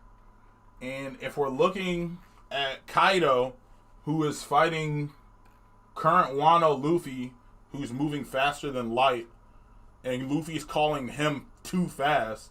It's so fast. That means Naruto's going to be faster than Luffy because Kaido's faster than Luffy at light speed. Faster than light. So then you think that Kaido is FTL or beyond, right? I mean, if Luffy's looking into the future, and Kaido tags that motherfucker, and he says, "Dang it, I was reading the future and everything. It's so fast." And it's like, would these two scenes, like where they're actually able to land blows, constitute them as light speed, attacking someone who can move at the speed of light? Or at least in some way comparable to them? Let's see, right here. These are pretty typical manga scenes that everyone who knows about One Piece has probably seen. Yeah, and then I got Luffy, who, like, right before that. Like, if you genuinely believe that Luffy is only a couple of times faster than the speed of sound, then there would be no way he or Zoro could ever land a punch or blow on Kaido. I said he's... I would put him, like, just under light speed. And also, before Luffy dodges that, and I know what it looks like, because Kaido was thinking Luffy was already fucking done. He was talking that good shit, and I was like, oh, I don't have to... Like, Kaido's talking that good shit. Oh, I don't have to move the speed of light to hit this motherfucker, because hold on, before that happened, he tagged him. He's like, oh, yeah. He's like, oh, yeah, only a handful of the strongest people can. Like, I'm pretty sure Kaido was not moving at light, because then if we go later into the fight, right, after he gets those hits, if you're not mistaken, we both know what happens right after Luffy's talking that good shit, saying, oh yeah, I can whoop this motherfucker's ass. Like, Luffy gets the dog shit beat out of him by him. And he was like, yeah, you got cocky, bitch. I can't say it like that exactly.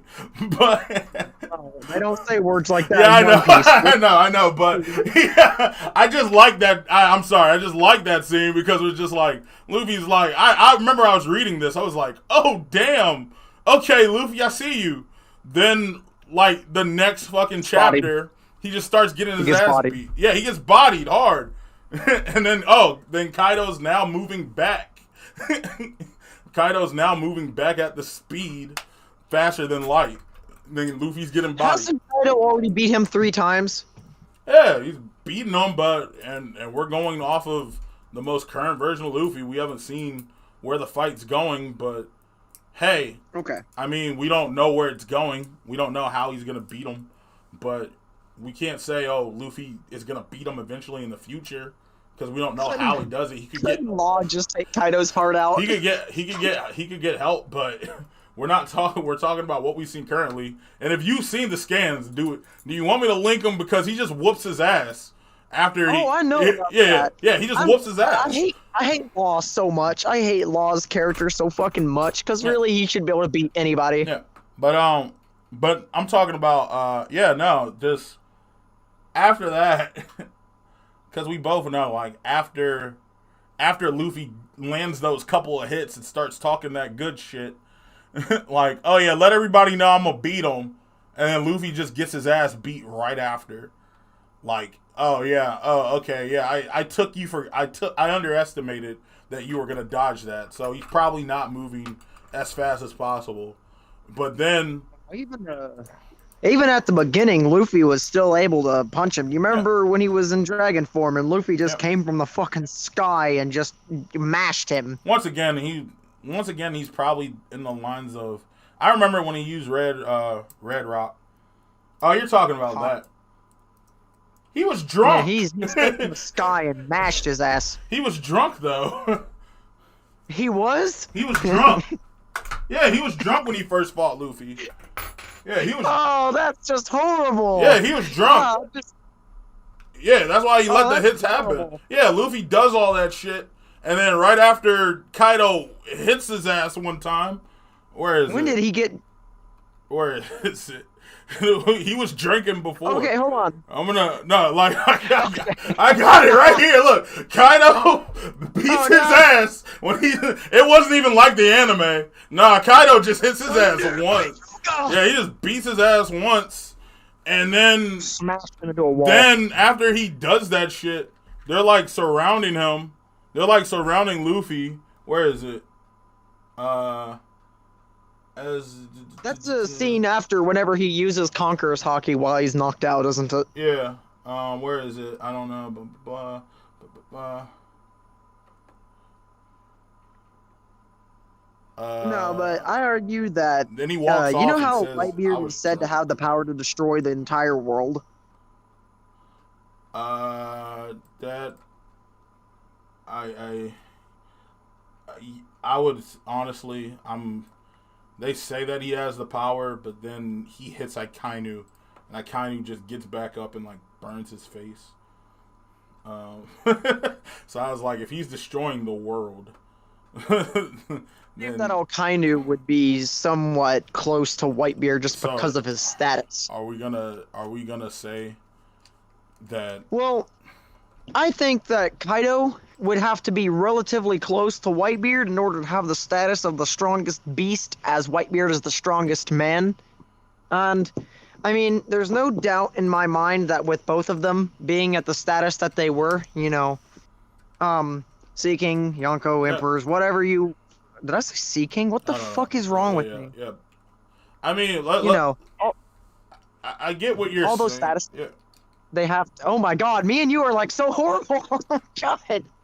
It's like I was gonna say we're getting off point because we're talking about Kaido, and Kaido is Yeah, the reason I'm bringing that up is because since Kaido has to be at least relative to Whitebeard in some aspect to have the status that he is, I mean, obviously, if you really had them two fight, do you think that either one of them would shit stomp the other one or even I have mean- a medium?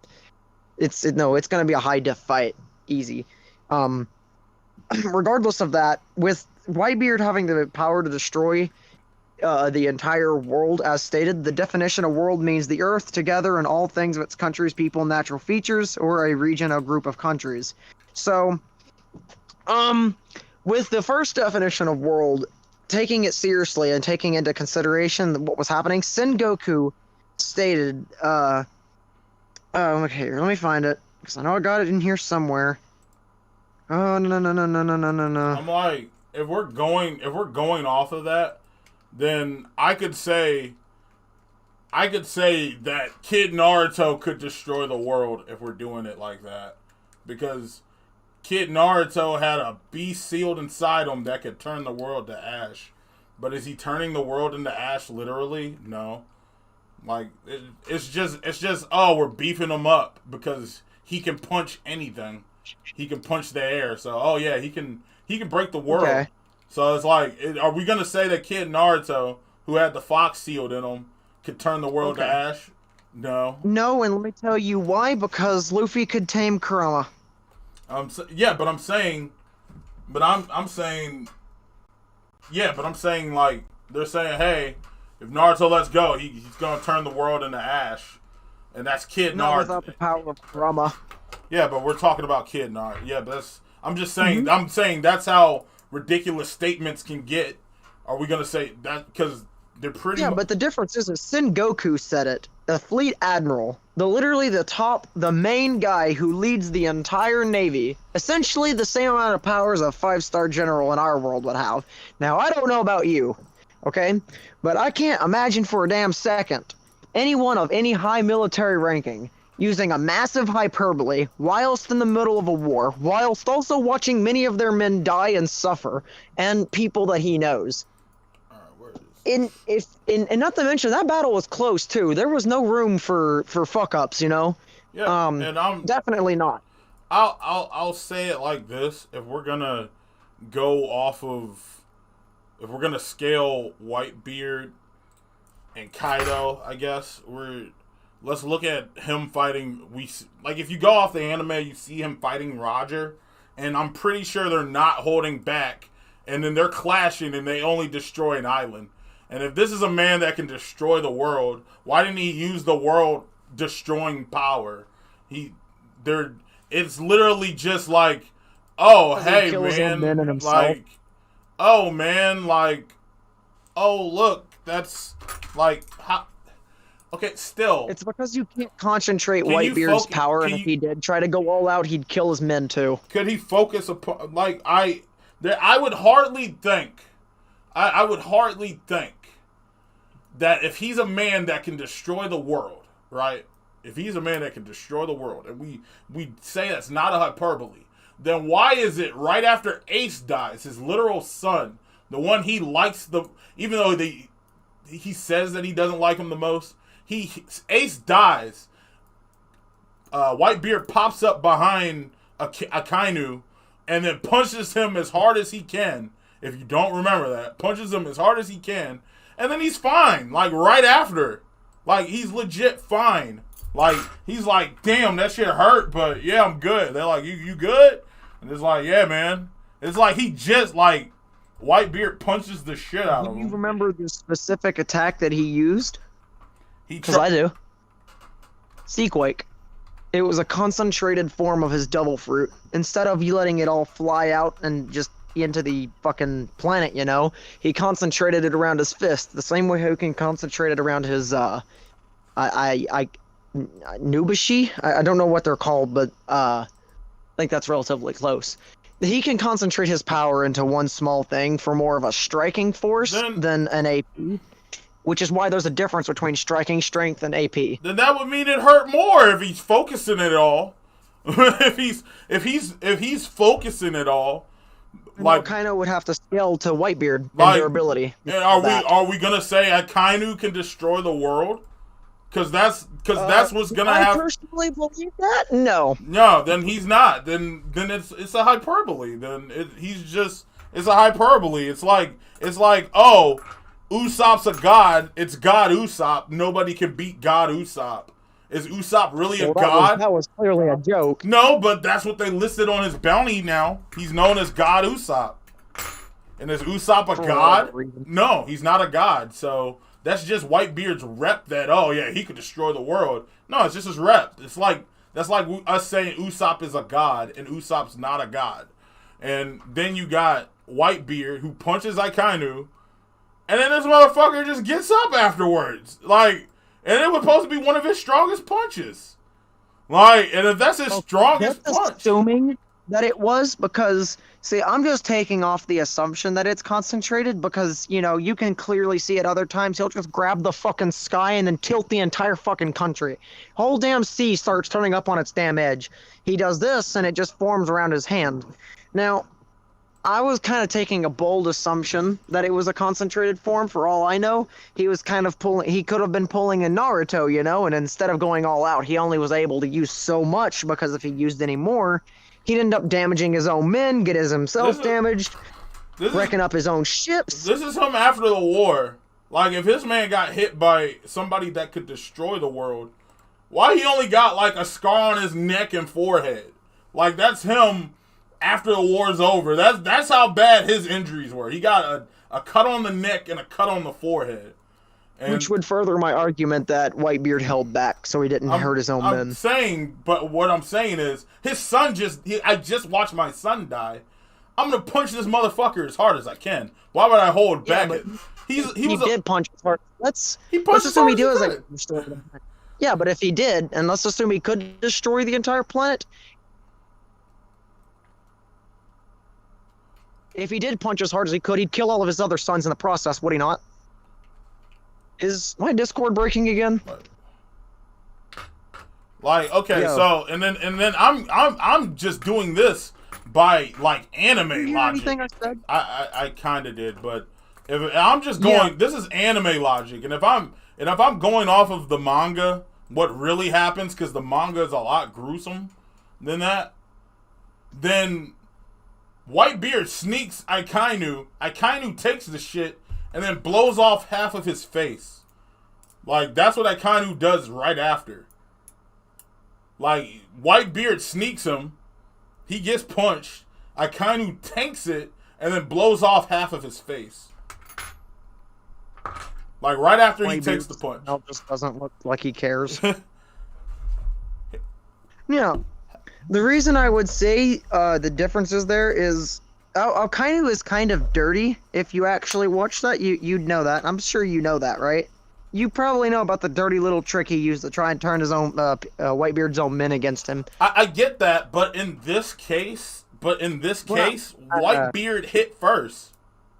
Whitebeard hit him and first. Whitebeard had to hold back or kill all of his own men. Well, and why all the would other he be pirates. holding back? He just killed my favorite son. Yeah, but then if he went all out, he'd kill all of his other sons. What would be the point in that? Losing one son or lose all of them? If he focused it, like if he focused it and did that, then if he focused it, that means it would hurt more because it's a concentrated punch. If it's concentrated, that means it's gonna do less area of effect, and I'm just gonna hit him as hard as I can. Because if you remember the scene, he was warping space as he hit him. And if that's not as hard as I could hit him, then I don't know what is. He hit him as hard as he could. He tanks it, then he burns off his face right after. Like, burns off half of his head. Like, after sneaking him. Like, because he sneaks him. He didn't do it straight up either. He got him while his back was turned. I remember all that. Yeah. But the way I view it is, and the reason I believe that, the Sengoku statement is legit is because, one, as the fleet admiral, he has the credibility to make a claim like that and it be believed because it means that obviously he knows about the devil fruits, how they function. There's even a damn book about devil fruits that are as rare as devil fruits themselves. I mean, are we going to call him... Is he a reliable narrator? Because it sounds pretty unreliable because I gave you another point that people are calling Usopp a god. And Usopp's not actually a god, but that's his reputation now. Did Sengoku call him a god? I'm saying that's what he's saying. Oh, he could break the world. It's like, oh, well, Usopp is a god. So I'm gonna rank his... Remember, Don Flamingo was like, oh, hey, kill this motherfucker over Zoro, Sanji, and them. He's worth more, but he's not worth as much as Luffy. But he's worth more of a bounty. Because he said that, but they called him God Usopp. Is he really a god? No, he's not a god, but that's how the reputation is. So the reputation is, oh, that fruit could destroy worlds. Well, if that fruit can destroy worlds, how this dude just tank his most concentrated punch from him and then gets half of his face blown off? Well, I think that because of the time period that this is in, it's likely that hockey was maybe being used and we didn't see it. And, I don't have this game, but I can get it real quick. Hold on. Because if we're going to... It is very likely that ALLCAPS was using hockey in that moment, and we just couldn't see it because that's how hockey worked at the time. And as for Whitebeard, it could be the same thing. Because as we know about hockey, it has durability negation and the ability to destroy atomic particles, which I can prove. If we're gonna scale... if we're going to try to scale, what's it called? Akainu and Whitebeard, and saying now Akainu could... tank his strongest concentrated hit after his son just died, then I would say Akainu is about this strong because look at it, like the island, remember the island of Punk Hazard was made by him? That's where I'm at right now. Yeah. I know about all this. Alright, so you know that the island is the way it was because Akainu and Akiji fought like that. Yeah, so that means he's about the, I would say that's of a large island. That's how strong he Okay, is. do you 'Cause remember when they Aokiji fought froze for the 3 ocean days. from one island to the other? I remember him riding his bicycle, and as he rides under the bicycle, it makes. Do you remember the Ice Age scene? When Luffy and first met Aokiji, I believe, and he tried to fight him, and he froze Nico, Robin, and then ended up freezing Luffy, and did whatever. Do you remember after that, whenever all the people, the innocent folk, were there, and they stopped fighting for a moment, even a Sea King jumped out of the ocean towards Aokiji, and Luffy was like, "Dude, move, get out of the way." He just said, "Ice Age." The whole damn ocean, as far as the eye could see, froze. Whole thing, instantly. Phew, gone. Yeah, that's as far as the eye could see. Then that could just mean after you go as far as the eye could see that, hey, he went Okay. back to riding his bike as he usually Well, does, creating an ice trail. The reason I brought that up is because, like I said earlier, there was a reason I brought up the world size, and it was to be ready for this. Aokiji being able to freeze that entire ocean as far as the eye can see, is impressive for one reason. With the planet being hundreds, potentially even thousands of times bigger than Earth, that would mean that the horizon stretched further, and it means that you'd be able to see further than you normally would than you would be on Earth because of the fact that the horizon stretches out further. Meaning that Aokiji potentially froze anywhere from continental to But, even moon to but small planet-sized amounts of masses of if water I got in an instant. him fighting all out and they ruin a large island, that's the lasting effects of them ruining a large island. Like that right there is the result of them. Then I would say that they're large island level. I wouldn't say that they're world breakers because they're not breaking the world. If they were breaking the world, then there'd be a lot more adverse effects than just the island. I think you're looking at this the wrong way, because I think that Whitebeard scales to large planet level, and I'm pretty sure you know that if you performed enough damage to destroy Earth on Jupiter, that it would mean jack shit. Could we agree on that? Like, performing planetary level of devastation on a larger planet such as the size of Jupiter, and remember that the One Piece planet can be scaled at top 7 times the size of Jupiter, or roughly around half the size of our own sun. Just planetary damage on its own would mean absolutely jack shit. Hold on, I'm gonna get something real quick. And like I said earlier, with the One Piece planet being so absolutely massive, and provenly so from the fact that it has millions of islands comparatively to ours, which only has thousands in the 2,000 range, that would mean that the planet's horizon would stretch out further. That means the how far out the human could see would be stretched out because of that.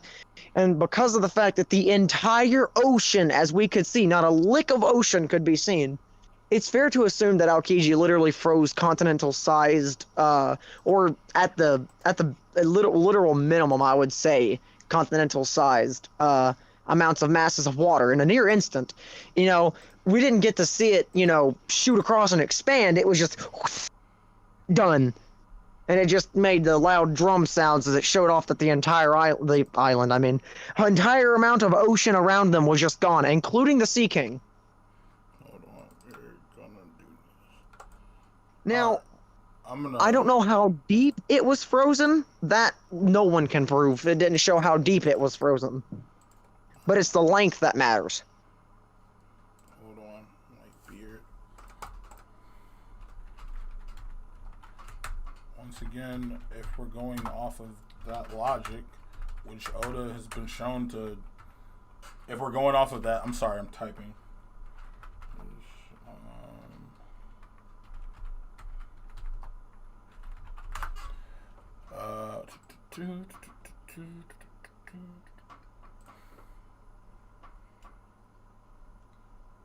Here we go. I just found it. All Here you right, go. So I got Whitebeard. I got Whitebeard in his I got Whitebeard in his prime, clashing with Roger, not holding back. And then you see that they're only affecting the island. If he's not holding back and he can destroy the world, then why isn't he just over pushing Roger? Are we now calling Do you mean that scene when they jumped at each other laughing was like And looked like they were having a good time? and it was the island, and he didn't hold. Are we gonna say that he was holding back in that scene when they were clashing? I would like to say, okay, so that's hard because Is he as holding the back way here? that right here, let me look at it. Because if he cared about, if he cared about his crew, if he's really caring about his crew, and this is him in his prime, him clashing with Roger, and he's not showing any regards for the ship and blowing his own kids and family back out of the water. No, he's using his full power right there, clashing with Roger. Because hey, if you're gonna tell me if they don't come with the intent to actually kill or hurt each other, then the other one's gonna get the leg up on him. No, he's coming to clash with him at full strength, and we're showing this is me showing that he's not caring about this ship, his crew, or his family. He's caring about clashing with Roger at full strength, and the effects of that is them blowing back the ship. Then hey, it don't look like he caring about his family too much then, right there in that scan where he's clashing with the man and blowing back his ship and his family into the water. It don't look like he caring too much. It looked like he's going all out, just like he went all out against Akainu when he punched him and then put his ass into the ground, and Akainu got back up and then blew off half of his face right afterwards. Like, is he carrying? If you look at the first one, does it look like he's holding back and caring about what happens to his family and his ship? No. It looks like he's going all out right here. He's going all out against Roger, and I don't care what happens. I just gotta beat his ass. That's what it looks like to me. Because if we're gonna interpret it. Do you understand how hockey works? I understand how it works, but I'm saying in that class. Well, you know it has. You understand that the advanced application has more of an internal than external effect? Is he holding back or not? Does it look like he's not holding I don't back? think so. Okay. So why And the reason I bring this up is because hockey has an internal effect at the rate that they're using it than an external, which means it's all going to be in a striking force than it is going to be an AP. So if it's all going to be direct instead of spreading. So if it's internal and he's not holding back, why would he hold back against Akainu who just killed his son? So because Akainu just took an internal punch then. And we're which confuses me why his brain wasn't destroyed. Akainu should have been fucking dead. His brain was literally mashed in. That should have been death. Yeah, he took a punch that looked like it was supposed to kill him. He got back up and then burned off half of his face. And the reason why I think the only reason that works the way it does is because I think Akainu used hockey at the time, and because at the time of One Piece's writing, they didn't like to show it, nor did they like to show it in the anime, nor the manga. It is the only way I can actually physically imagine that Akainu survived that is with hockey. I would disagree. Well, why not? Why so? I would disagree that he's not using hockey because Whitebeard sneaks him. Well, there's a difference between armament and observation. I mean, even if he took the hit before, like, he realized what was going on. He snuck him. He ain't, oh, wow, I would have survived if I used armament. No, he got snuck. He got snuck by Whitebeard. Like, if you look, all right, let me see. I know what you're talking about. The scene when he just appeared behind him. Yeah, he snuck him. He snuck him. Like, he snuck him. That was a sneak punch. I can't ready my hockey if I got snuck. No, but hockey can react on its own. Beard punch. Which I can prove that too. Hockey can activate on the feelings of stress and on emotion. Actually, that's one of the ways that awakening Haki is described, either by training with it or having such an intense emotion at one singular point that it just happens. Yeah, he pops up and he sneaks him. Exactly. And Yeah, Al so kind how of knew would that he- he was there. He did not know he was there because look at his You eyes. not remember the right there? Look, He look, was look like, at "Oh Alkainu's shit!" expression. Just Yeah, look at Alkainu's expression. He clearly knows that he's there. after he sneaks it. Yeah, and my point is that at that instant, there would have been a big flux of emotion, which could have activated his Haki, because as said, one of the ways to get it to actually activate is through intense emotion. Like, he gets his shit. Well, I mean, if he did that, and he did have armament activated, right? If we say that he had, because armament would be the only way. Like, why don't we see anything of it? We don't see, we just see him.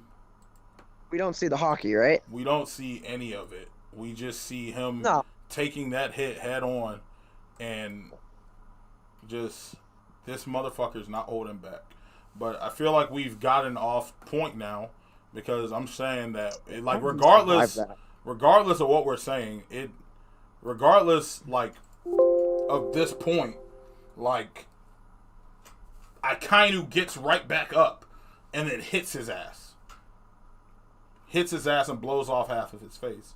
And then I think that's because Peace characters have massive endurance, and this is just like that scene right there is so ridiculous to me. He doesn't hold back. He punches him as hard as he can. He tanks it. He should be dead. Look at that but he scene. tanks it. He doesn't, but he tanks it, gets back up, and punches him. And if that is the scaling that we're gonna go off of, like, then that's not Planet. That's not Planet, because he's not holding back. I've shown. During that fight, do you remember how he was when he was punching and the quakes was happening in islands? That it was like somewhere said, I could probably go find the panel for it, but it said that like islands that were literally days away was able to feel it. Then that would make and knew him, that it happened. That would make him like, and if we're going off of that, then that, like, if he's shaking the islands and stuff like that, because he's legit. Where that there, it's a hyperbole. It's a hyperbole. It's legit. It's a hype. Oh, he could destroy the world with that. Then why did he just tank that punch and didn't destroy the world? Like, I really don't know how to answer that question because he should be dead. Yeah, he's not. I mean, look at him. That's not a world-ending That is punch. paper. That's not a world-ending punch. It's not a world-ending punch. He didn't end the world. Maybe not in AP, but potentially in striking strength. He eats this shit. He's coughing up blood, and he hits him as hard as he can. That's why there's a difference between AP and striking strength. But we can't say that he's holding back if he's punching him so hard that he's he's legit just like warping that space. And you have to create a super massive amount of energy to start warping space.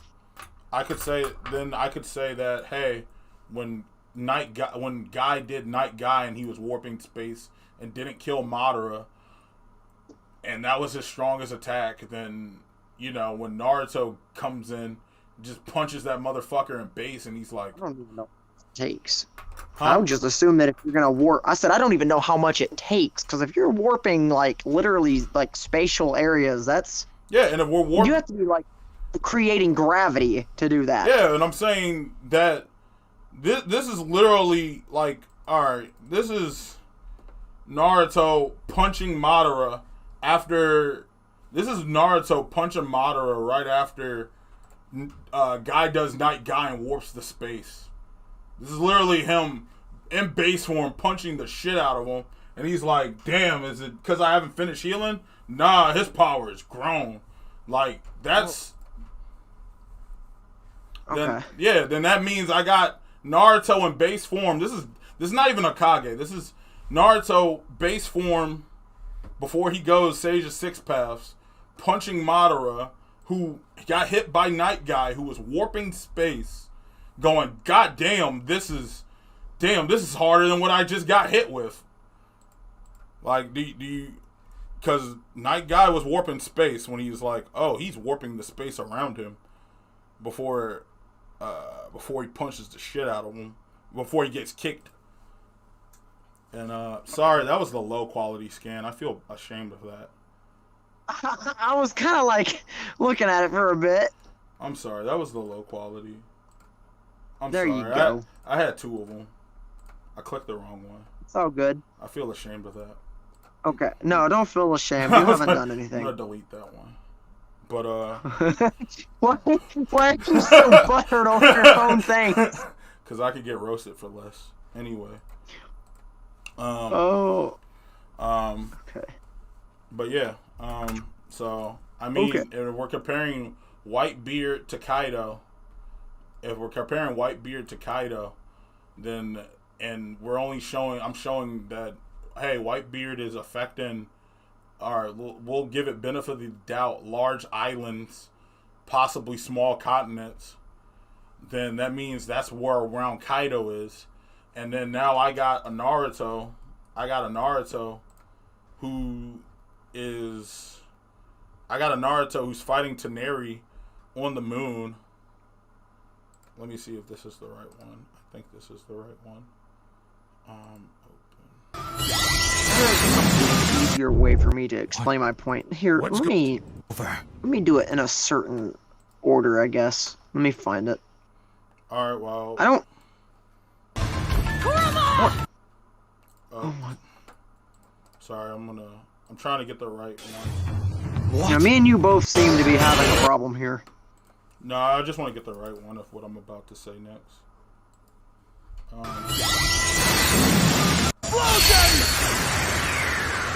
Alright, and now I got Naruto.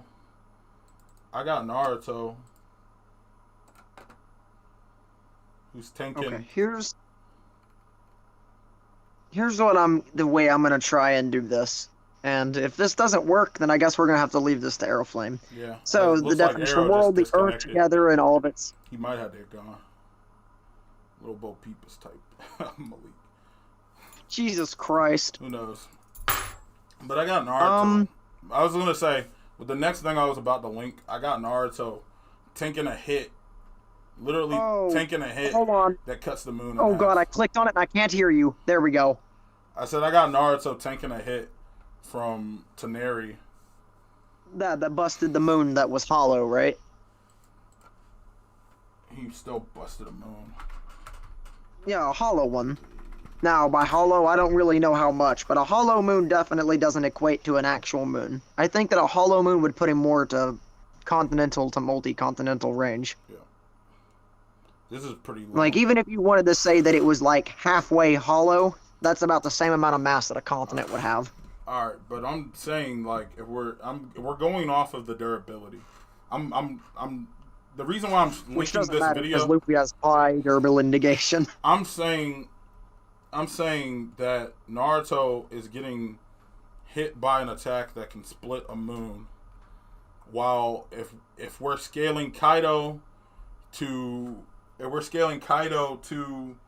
Whitebeard, who is showing like small continental, large island like stats, then that means Naruto's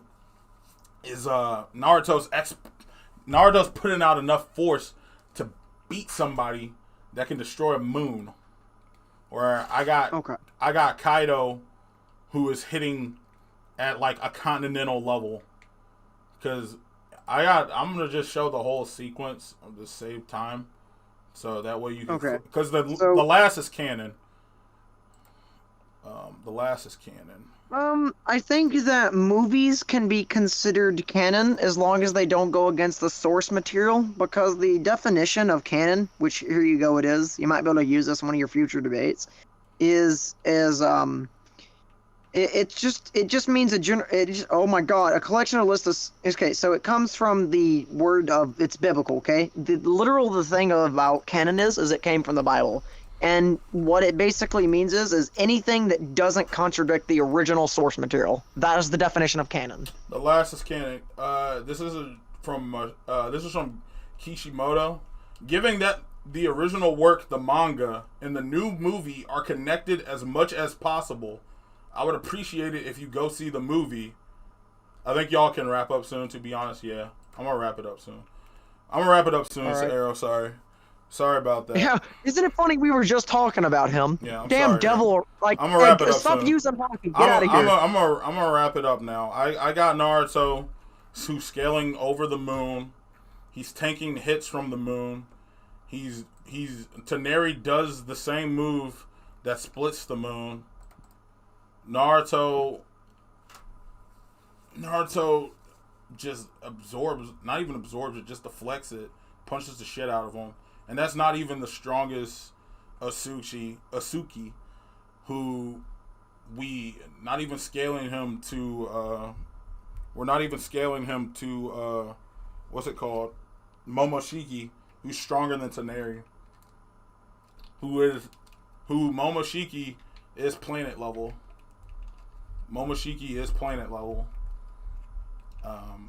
He Naruto is absorbs tuning him planets. up. I'm aware that he absorbs planets. He absorbs planets, and he's blowing up stars. And sorry, I'll wrap this up, Arrow, because I could tell that this has been a long time, and I don't want to waste any more of Arrow's time. Well, we've had a good time getting to know each other. We have a good time. This is. So then I just wrap up my points are, then just leave it at that. Yeah, I mean, okay. I got. Then. All right, if you want to go first, you can. Like me and you have done this 40 times, like already it's all today. Good. It's good. I'm just being respectful.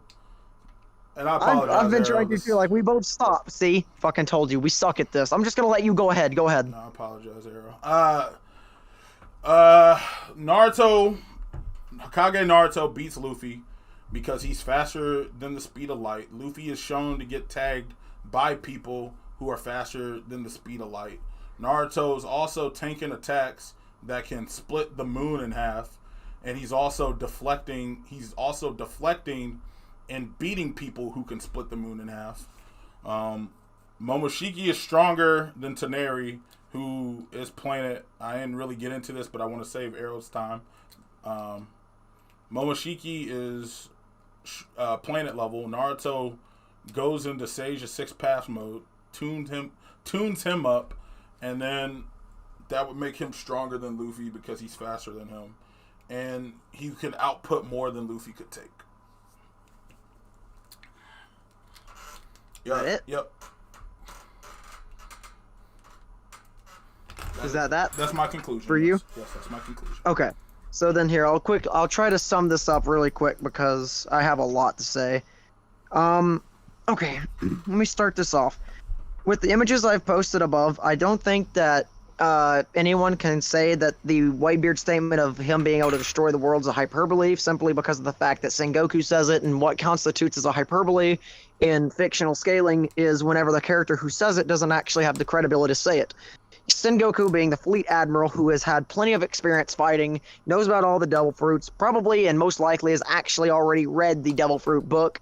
He has the information he needs to know and the credibility and the experience in order to make such a claim. Given the circumstances they were in a war that was very close match that had no room for fuck-ups, why would he want to put fear in his men's hearts by making an hyperbole about the power of another man that is directly trying to kill them and opposing their rule of law? With that being said, with Luffy, with Kaido being comparable to Whitebeard just by natural assumption because of their status that they share, Luffy being able to actually damage Kaido, as Zoro did, means that he has, at least in some small aspect, enough power to actually damage Kaido, placing him to potentially moon to multi-planetary levels, depending on how you want to actually look at the One Piece scaling of the planet, which can be scaled to half the size of the sun at tops. And even if you wanted to put it to just one Jupiter size, even if you wanted to do that, that would still put Luffy at multi-planetary, just simply because of the fact he can actually damage someone at that level. And for speed, Luffy has been shown, as well as Zoro and pre-time skip, to actually be able to move faster than the speed of light when he was able to avoid point-blank light speed attacks. Both Zoro and Luffy did this, making it impossible to call an outlier since both of them actually did it. Neither of them had Haki at the time, and neither of them aim dodged. It was both barrage-style attacks that were rapid amongst them. And Luffy actually has canonical multipliers, and as far as I'm aware, Naruto doesn't have any. Gear 5 granting a 5 times multiplier. Gear 4th, Bounce Man was able to go from getting Gear 2nd shit stomped from Doflamingo to moving so fast that Doflamingo couldn't see him. That I really don't know the scaling for that, but I've heard that the speed amps like that, the way that that functions, is a 33 times multiplier. Now I'm not going to apply that, but I do know that in the manga, Doflamingo said it was a 3 times multiplier in power. Now I'm not going to bullshit and say speed. He explicitly only said power. However, a 3 times multiplier in speed wouldn't make up a gap so bad that it went from getting shit stomped to literally the other person getting shit stomped. So I'll be kind and just lay it as a 3 times multiplier, even though it should technically be more. And I really can't get into Snake Man. There's nothing for Snake Man. And even if Naruto has a far superior durability, it doesn't matter because Ryu Haki is able to attack the internal structure of somebody and bypass their durability, exploding them right, like, you know, from the inside out. Yeah. I was gonna say, I'm not trying to. It's not my place to say because Arrow's the judge. But you're making new points in your conclusion. I didn't though. Everything I said was the same thing I said earlier. We didn't go into Snake Man, Gear 4th, and other stuff like that. But I mean, we can. Okay, y'all ready? I did literally tell you I can't go into Snake Man. Yeah. So, in conclusion, I'll say this from the get-go. I do think that D1 he on 24-1. And it's a pretty simple reason. At the very beginning of the debate, for some reason, you said, I want to make this clear. I'm never going to, nor do I intend to argue that Luffy is more powerful than Hokage Naruto, which I wouldn't have said that personally going into a debate. So any argument that you made to try and assert that your character was stronger, I was already going to take with very little. Speed blitz with durability negation. Yeah, so I understand that's your point, but there's this whole thing about power, right? You're presenting that you can exert as much force as this, so you can tank that much force, right? And then even if I were to take that argument, right, where you're supposed to say, oh yeah, I'm just asserting this, I can still try and argue for durability, or I can still try and argue for AP. The thing that you also said where you admitted that the character you were using as reference to say that there are so many islands on the world, you said that he didn't do the counting himself, which means that we couldn't take that for credibility because we have no idea how many islands are actually on the planet. So at most you had... Sure, you can disagree, but this is just the way that I interpreted it based on the evidence that was presented to me. Of course, you're going to disagree. You would think that the evidence that you asserted was correct because it was the evidence that you're using to assert your claim.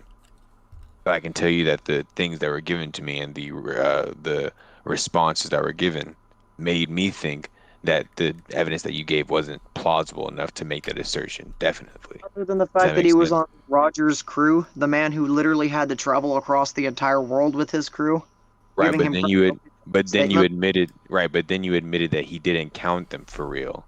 So we have no idea how many islands there are. Yeah, but think about this logically for a second. Even if you did cut that down from 20 million tops to just 100,000 simply, right. No. But you can't say what number you're cutting it down to because we have no idea how many islands there were because he didn't count. There could have been fucking 200 islands. Well, that would be a super... Yeah. Well, I'd hope not. That would make their planet... But it's possible, though, right? Because we have no idea how many islands there were. Is it possible? I don't think so. I mean, it is possible because we have no idea how many islands there are. Can you tell me for a fact that there are more than 200 islands? No, but there's enough for them to be so many that they literally right. So it's possible that the planet isn't as big as it needs to be. And so that means that all of your scaling, if I were to take it, is based on a maybe, and you have no idea how big the planet is definitively. You have no clue.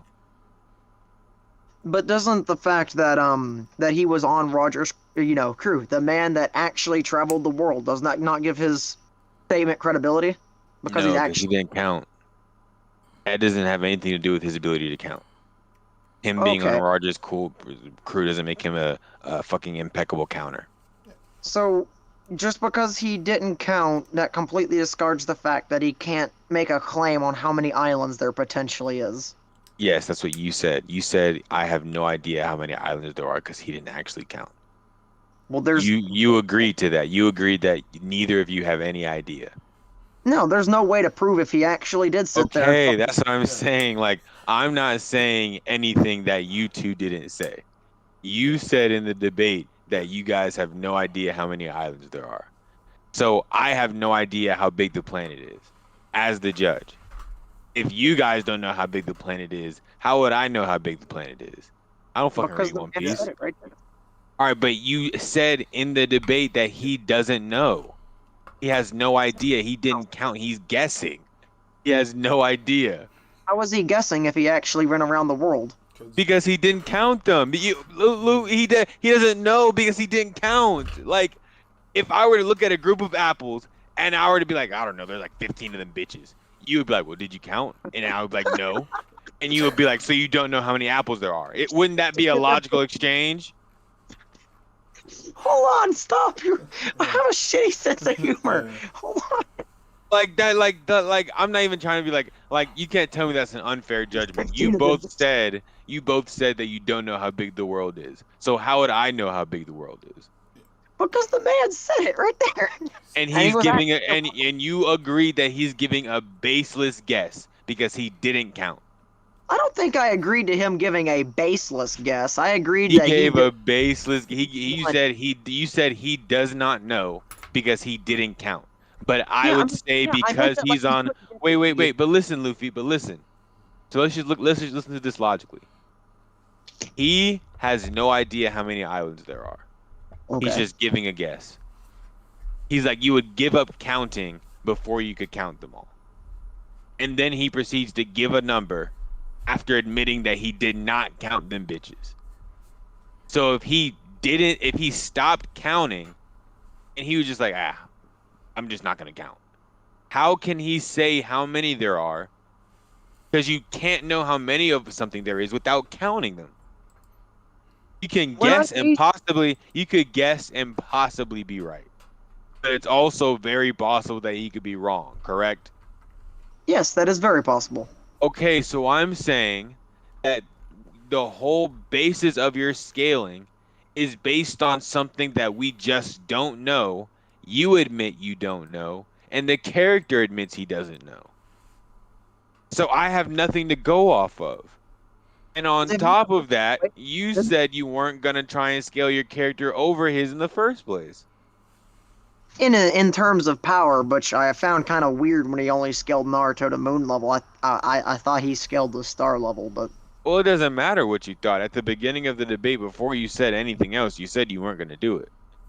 yeah, because I thought that he was going to say he was star level. I thought that was like Right. a common agreement that Naruto was star level. Then I heard moon Right. level, and I was like, oh my god, okay. But I say this all the time. You should never try and predict what your opponent's going to try and argue because it could change from person to person. Oh, Right. I had That literally was never your that argument. that was your mistake. I was going gonna go into it, more into thinking it, something but I didn't want to preemptively, waste yeah. your time. Like I said, I've never done this kind of thing. I'm more of like a politics debater. Like I don't really do this. I'm more into politics. I understand.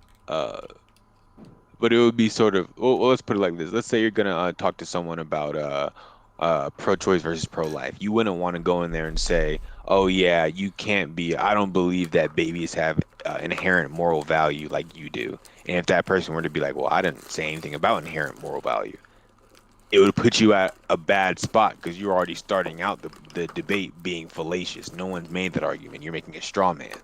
It would be the same way in this. You're making a failure in your argument before it started by trying to counter something or respond to something preemptively with that he wasn't going to argue. Does that make sense? Yeah, but I don't think I tried to counter any arguments. Right, I said counter or respond to an argument preemptively, and you responded to an argument that you thought he was going to make. Trying to think about that. I, The point is just like don't try and like respond to something preemptively. You're gonna put yourself in a spot like you are now, where you agreed at the start that you were not gonna say that Naruto is more powerful or that Luffy is more powerful than Naruto at all. That's what you said. I'd never heard someone say that he was only moon level. It caught me off guard. I was like, I was just like saying, I was hey, kind of like, tempted to start challenging him on the scaling of Naruto. I didn't really know what to do. I was so confused. I was like, I thought Naruto was star level. Like, what happened to this? oh no, But, well, I was just yeah. saying. I only said that because I was about to go over there, but then I saw Arrow say, "Hey, could y'all wrap it up?" So But yeah, so that's why I believe that D-Lion won. So, then, I'm having a hard time understanding this You want to because go over it again? no, it's not like that. It's just like I like the way I have read this, right? And I have read on the authenticity of claims from Versus Battle, and I don't know how much people take them seriously because they seriously fuck some shit up. Mm. I would like because it says that they need some form of credibility for a claim that they have said to be taken seriously. The fact that he was on Roger's crew, actually went around the world, I think that his guess, per se, could be a lot closer than somebody who just took off a wild guess out of their ass, just pulled it out. if I'm Okay. if I'm But interpreting, wait, hold on. But it was still a guess, right? I would call it an educated guess. Well, it's not an educated guess because he didn't count, so it's not educated. No, it is an educated guess. It means that No, it's a it's not guess. educated based on what is he educated on? He's The not fact of the educated. world, He's not travel. educated. He's not educated on the number of islands because he didn't count them. Nobody's educated in the world because he's been there. Right, but being educated on the world is like having knowledge of geography does not mean that you know how big the world is inherently. Like knowing where Jerusalem is doesn't mean you can tell me how big the planet is off the top of your head. That is your point. You said that he's been around the world. Being around the world does not mean that you know how many places that there are.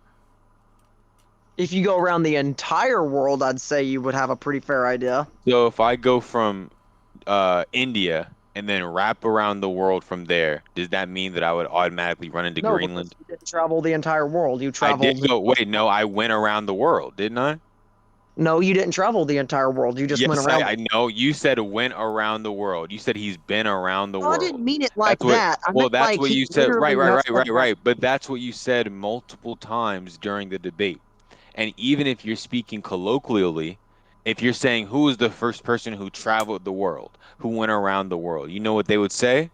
Christopher Columbus, because he circumnavigated the globe, which is just making a single loop around it. So if you meant went to every location in the world, that's what you should have said. Because even in a naval sense, being around the world does not mean literally going to every place in the world. It's not even a semantics thing. That's just what people mean. You can literally Google who's the first person to go around the world. And it would talk about circumnavigation. I think that you're taking the way that I worded something and just tried to twist it to fit your narrative. No, go look up who's the first person to go around the world. That's not what I mean. I mean, Because you're trying to say that I twisted it. I didn't twist anything because what going around the world means circumnavigating the planet, which is making a single loop around it, not going to every place on it. Like, I'm not twisting anything. The words you said don't mean what you meant. That's not my fault. If you meant go to every place on the world, you should have said he went everywhere in the world. But you said he Okay. went around the world. And going Uh-huh. around the world is a circumnavigation. Okay, but I think that what you're failing to see here is I have a different way of speaking. And if something I said came off that way, and it's not what I meant because I said it different because of where I'm from, I really can't help that. Okay, so if I said my name is Cock and Ballenstein, and you were like, "Hey, that's Aeroflame. His name is Cock. That dude's name is Cock and Ballenstein." And if someone were to be like, "Hey, he meant Aeroflame," you're kind of a dick to interpret it that way. Do you think you would be in the wrong? Those are not related at all. Those are related because you said something different than what you meant. No, because cock and ball No, and stein and literally, aeroplane are fucking nothing ball and alike. stuff. Right. In the same way that going Hold to on. every Give me a place in moment. the world isn't the Give me a same moment. as just making a loop around it. Hold on, That buddy. My they're grandpa is literally calling two me. different things. You can't tell me those are the same thing. You What can't tell was me that, those are Pat? even remotely similar. You can't tell Uh, me just are you talking about the lights reflecting off the street lights, Pat?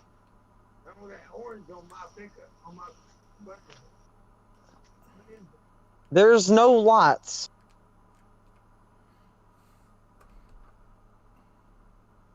I'm not sure what you're saying. I'm gonna mute him for a second. Arrow, I appreciate you doing this. I'm recording. Guys, please make sure to subscribe to Arrow Flame. He's a really good debater. Really, one of the people that got me into this in the first place. I appreciate it, Arrow. Just to put that out there. And I'm sorry it took so long. Shit, I feel bad now. yeah. So I'm saying that there's a colloquial meaning to things. If you were just basing it off of what you meant at the time rather than what words usually mean, then we would just have no idea what we're saying to each other. Like if I were to start using words that just didn't mean what I meant to say, and then tried to clarify later, it would constantly ruin dialectics between me and another person because they wouldn't have any idea what I say because the words that I'm using are contextually different. Especially if I make no sort of clarification beforehand or during the case. I'm pretty sure I did clarify several times At that he no was point did you the entire. specify that he'd been to every place in the One Piece planet. If I mean, if I said at any point, which I really can't tell you if I did, like, the man had traveled the entire world. If I said that or been around the entire world, then wouldn't that mean the same thing? As a circumnavigation, yes. But if you were to say he went everywhere in the world or he's visited every place in the world, you see how those two things are very different? I guess. Okay. Then How that's long all were I you had to even in the say. chat for? I listened to the whole thing. I've been here since before you. But at some point you disappeared. I dropped out for a At the couple beginning. That seconds. wasn't at the beginning though. Like the island. Yeah, point you came mean at for the those? very You mean for those two times for like 10 seconds I I don't left the know. All call? all I know is several times I'd looked in the thing and it just said you wasn't No, here. it was twice. He was here. It was twice. I must be having bad connection because this whole fucking time I've been told that like I've been cutting out. No, you haven't been cutting out for me at all. I've heard everything you said. I can even recount Earlier the you were entire. I can recount saying- the entire debate if you want me to. Oh God, no! I don't want to sit here for another 2 hours. Okay. Sorry. I've been outside this whole time. I don't much feel like getting fucking bit by more mosquitoes. Yeah. So, I heard the whole debate, and that's just the conclusion that I came to. If you disagree with my conclusion, you can have someone else listen to it and choose a different judge. I have no problem with that.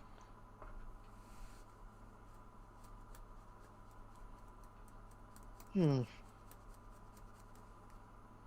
And I'm just gonna add, he's a very, very credible debater, and I don't really think I could pick a lot of other people that would be a better judge. Don't ever make a I was claim gonna to say, authority. and if my argument was really dumb or fucking stupid, he would call me fucking stupid and trash, and I'm just letting you know that's just gonna put that out there. He would get on my ass if I came off very stupid. Just putting it out there, like. So then I guess we're not gonna talk about like the speed arguments that we had? Yeah, I think that you lost the whole point about observation hockey as well. Like, I think even the introduction of observation hockey and even introducing the possibility that they could have just been using that to counteract the attacks, along with the statement that you provided, where it was like you need observation hockey to react to Kizaru's attacks, which are Well, he only light placed that. speed. Oh well, since he posted it, whoever posted it, I thought that was a really good fucking piece of evidence. I thought that was really good. Yeah. Because not only did it state it in the guidebook, but someone also posted. I think that was probably Yeah. also D-Lion. Posted the anime thing where it talked about it explicitly on the page or on the thing where Rayleigh was fighting So, Kizaru. does that mean that the entire scenes of what Luffy and Zoro did are both entirely discredited? He called them outliers So, well, then, what necessarily makes them an outlier? because there was Because only two instances, and then it was stated in verse and on the guidebook that you need Kenbuk Shoku Haki to react to light speed attacks. so then you're saying it's been reconned. Reconned, Is that retconned. retcon? Yeah. I don't know. I haven't read the manga. As far as I'm aware, the fight with Kizaru and Rayleigh and that statement happened before the fucking time skip. And the thing with Zoro and Kuma happened before the fight with Rayleigh and Kizaru, so that would be an outlier for pre-time skip. And then post-time skip, I know you guys had this whole big argument about his hat was down, so you couldn't see any indications of whether or not he was using the observation hockey. And I thought that was inconclusive. So I think it was more consistently presented that you need observation hockey to react to a light speed attack. It says that you can't grasp his movements, which is why I think that everything is being said here is true. I think that they are FTL in 3 times skip, and that Kizaru is just naturally even faster than the speed of. I don't think that things in One Piece are capped out at light speed, the same way I don't think Enel was actually capped out at lightning speed just because he was lightning. Yeah, but his attacks were stated on the thing they used thing. He was like, "Oh, power equals speed. Let me show you what it feels like to be kicked at the speed of light." And you never indicated that he was using some extra degree of power. You actually argued multiple times that he was lazy, so he wasn't going to be like going dick to ass 110% Because in Marine. Kizaru has never taken anything seriously, as far as I'm Right. aware. So that means that he would just be operating at the standard level of power that he's shown at, which is what D-Lion argued. Like, we've seen what he can do. You've argued that he's not going to be going like rah Super Saiyan to try and go above and beyond like Limit Breaker type shit. Yeah, but there So was why? there's Sorry. chances- So but you never asserted that he was trying harder. You just said that he No, was going to be lazy. No, because like I said, they had already been in several fights, and there were many Okay. different circumstances and things to take into consideration when in a Right. fight. That's fatigue, endurance, how many times you've been punched, and I brought that up. Right, but then you also said that this is his standard level of power that he operates at. You both established it. And then you said he's gonna be lazy and he's not gonna fight harder.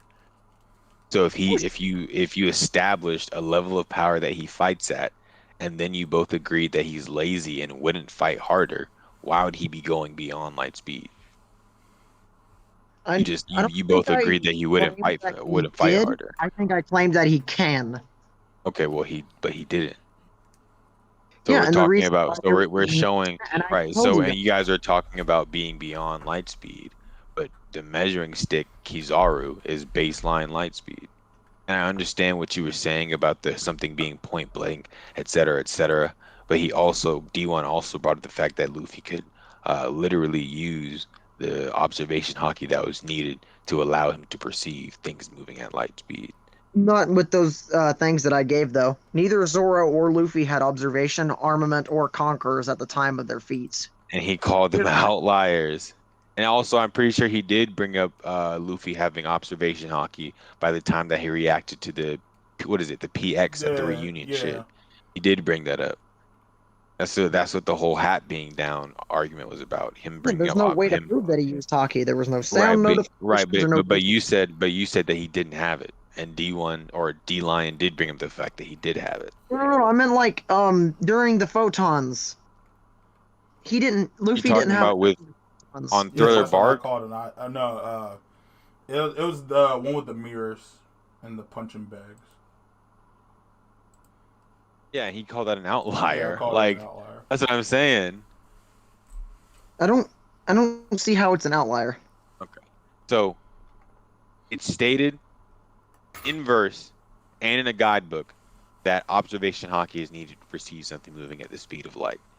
The thing that he brought up with the PX at the reunion, he said that it's possible that he could be using observation hockey. With the Zoro thing, he called it an outlier, and the mirror thing, he called that an outlier. So that's two instances out of the whole verse where you brought up someone being able to react to a light speed attack without the use of observation hockey. And it stated that in every other instance, observation hockey is being used to perceive a light speed attack. So if every other instance is using observation hockey and two aren't, that would be an outlier. He called it an outlier. And none of this information that I'm bringing up is new information. I'm just regurgitating things that were stated in the debate. You need observation hockey to react to light speed attacks. There were instances where observation hockey wasn't used. That's outside of the norm, therefore it's an outlier.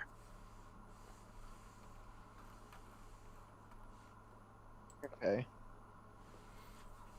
Well, what about my claim that Naruto could be weakened by Luffy by use of Conqueror's Haki? Literally just taming Kurama and leaving him to be forced in base form.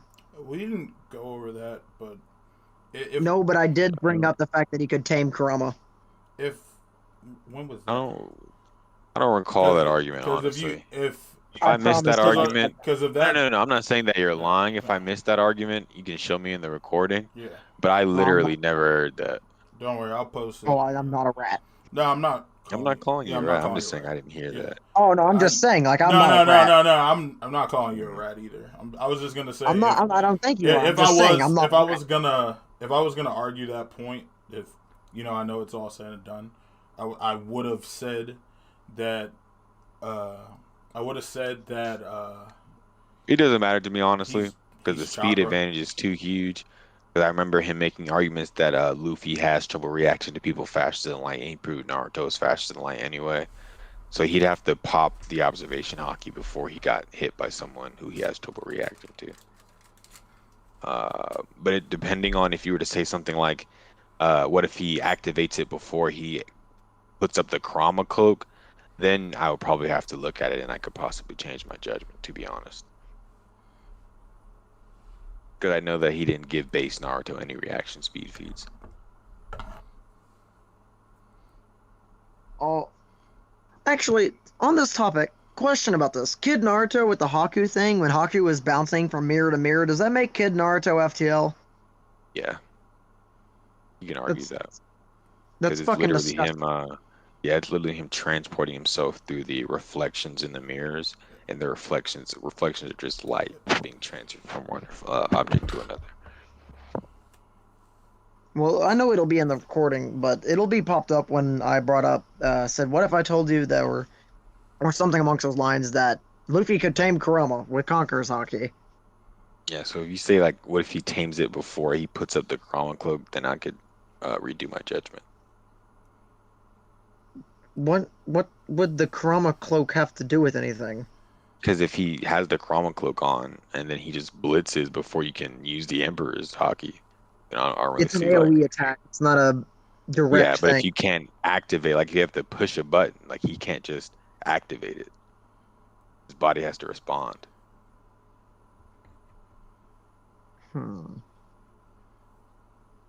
Do you really think that Narco? Oh my god, I am getting tired and I'm getting retarded.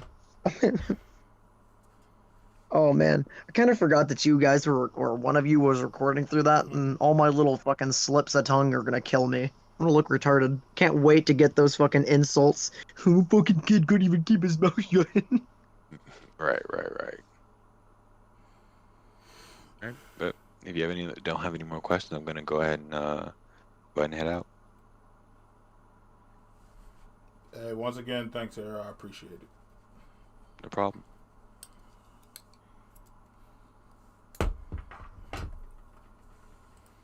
Well, now what? I was gonna say, all right. I was gonna in the recording. I appreciate you doing this.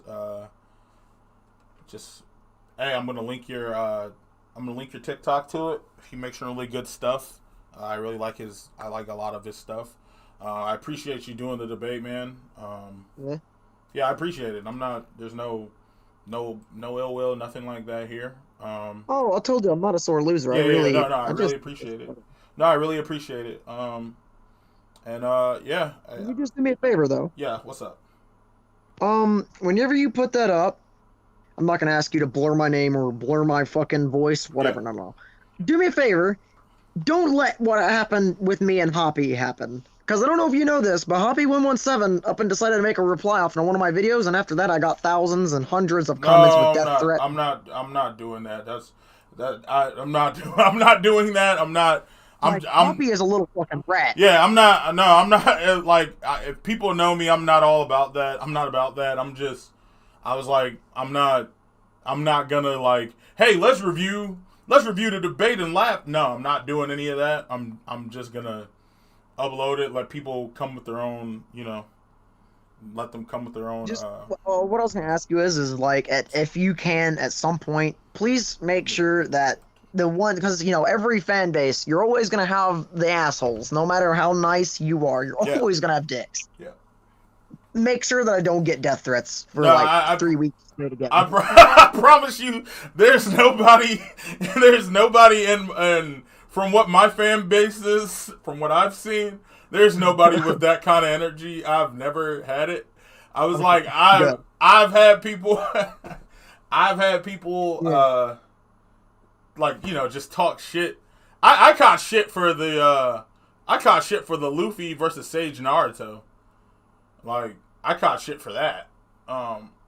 So if people are giving me shit just for for a way weaker version that I do think Luffy beats, because I think Luffy, in my honest opinion, like, I know we're not having this debate and stuff. I think he's around, like, I would say, like, I believe he's like KCM 1 or 2.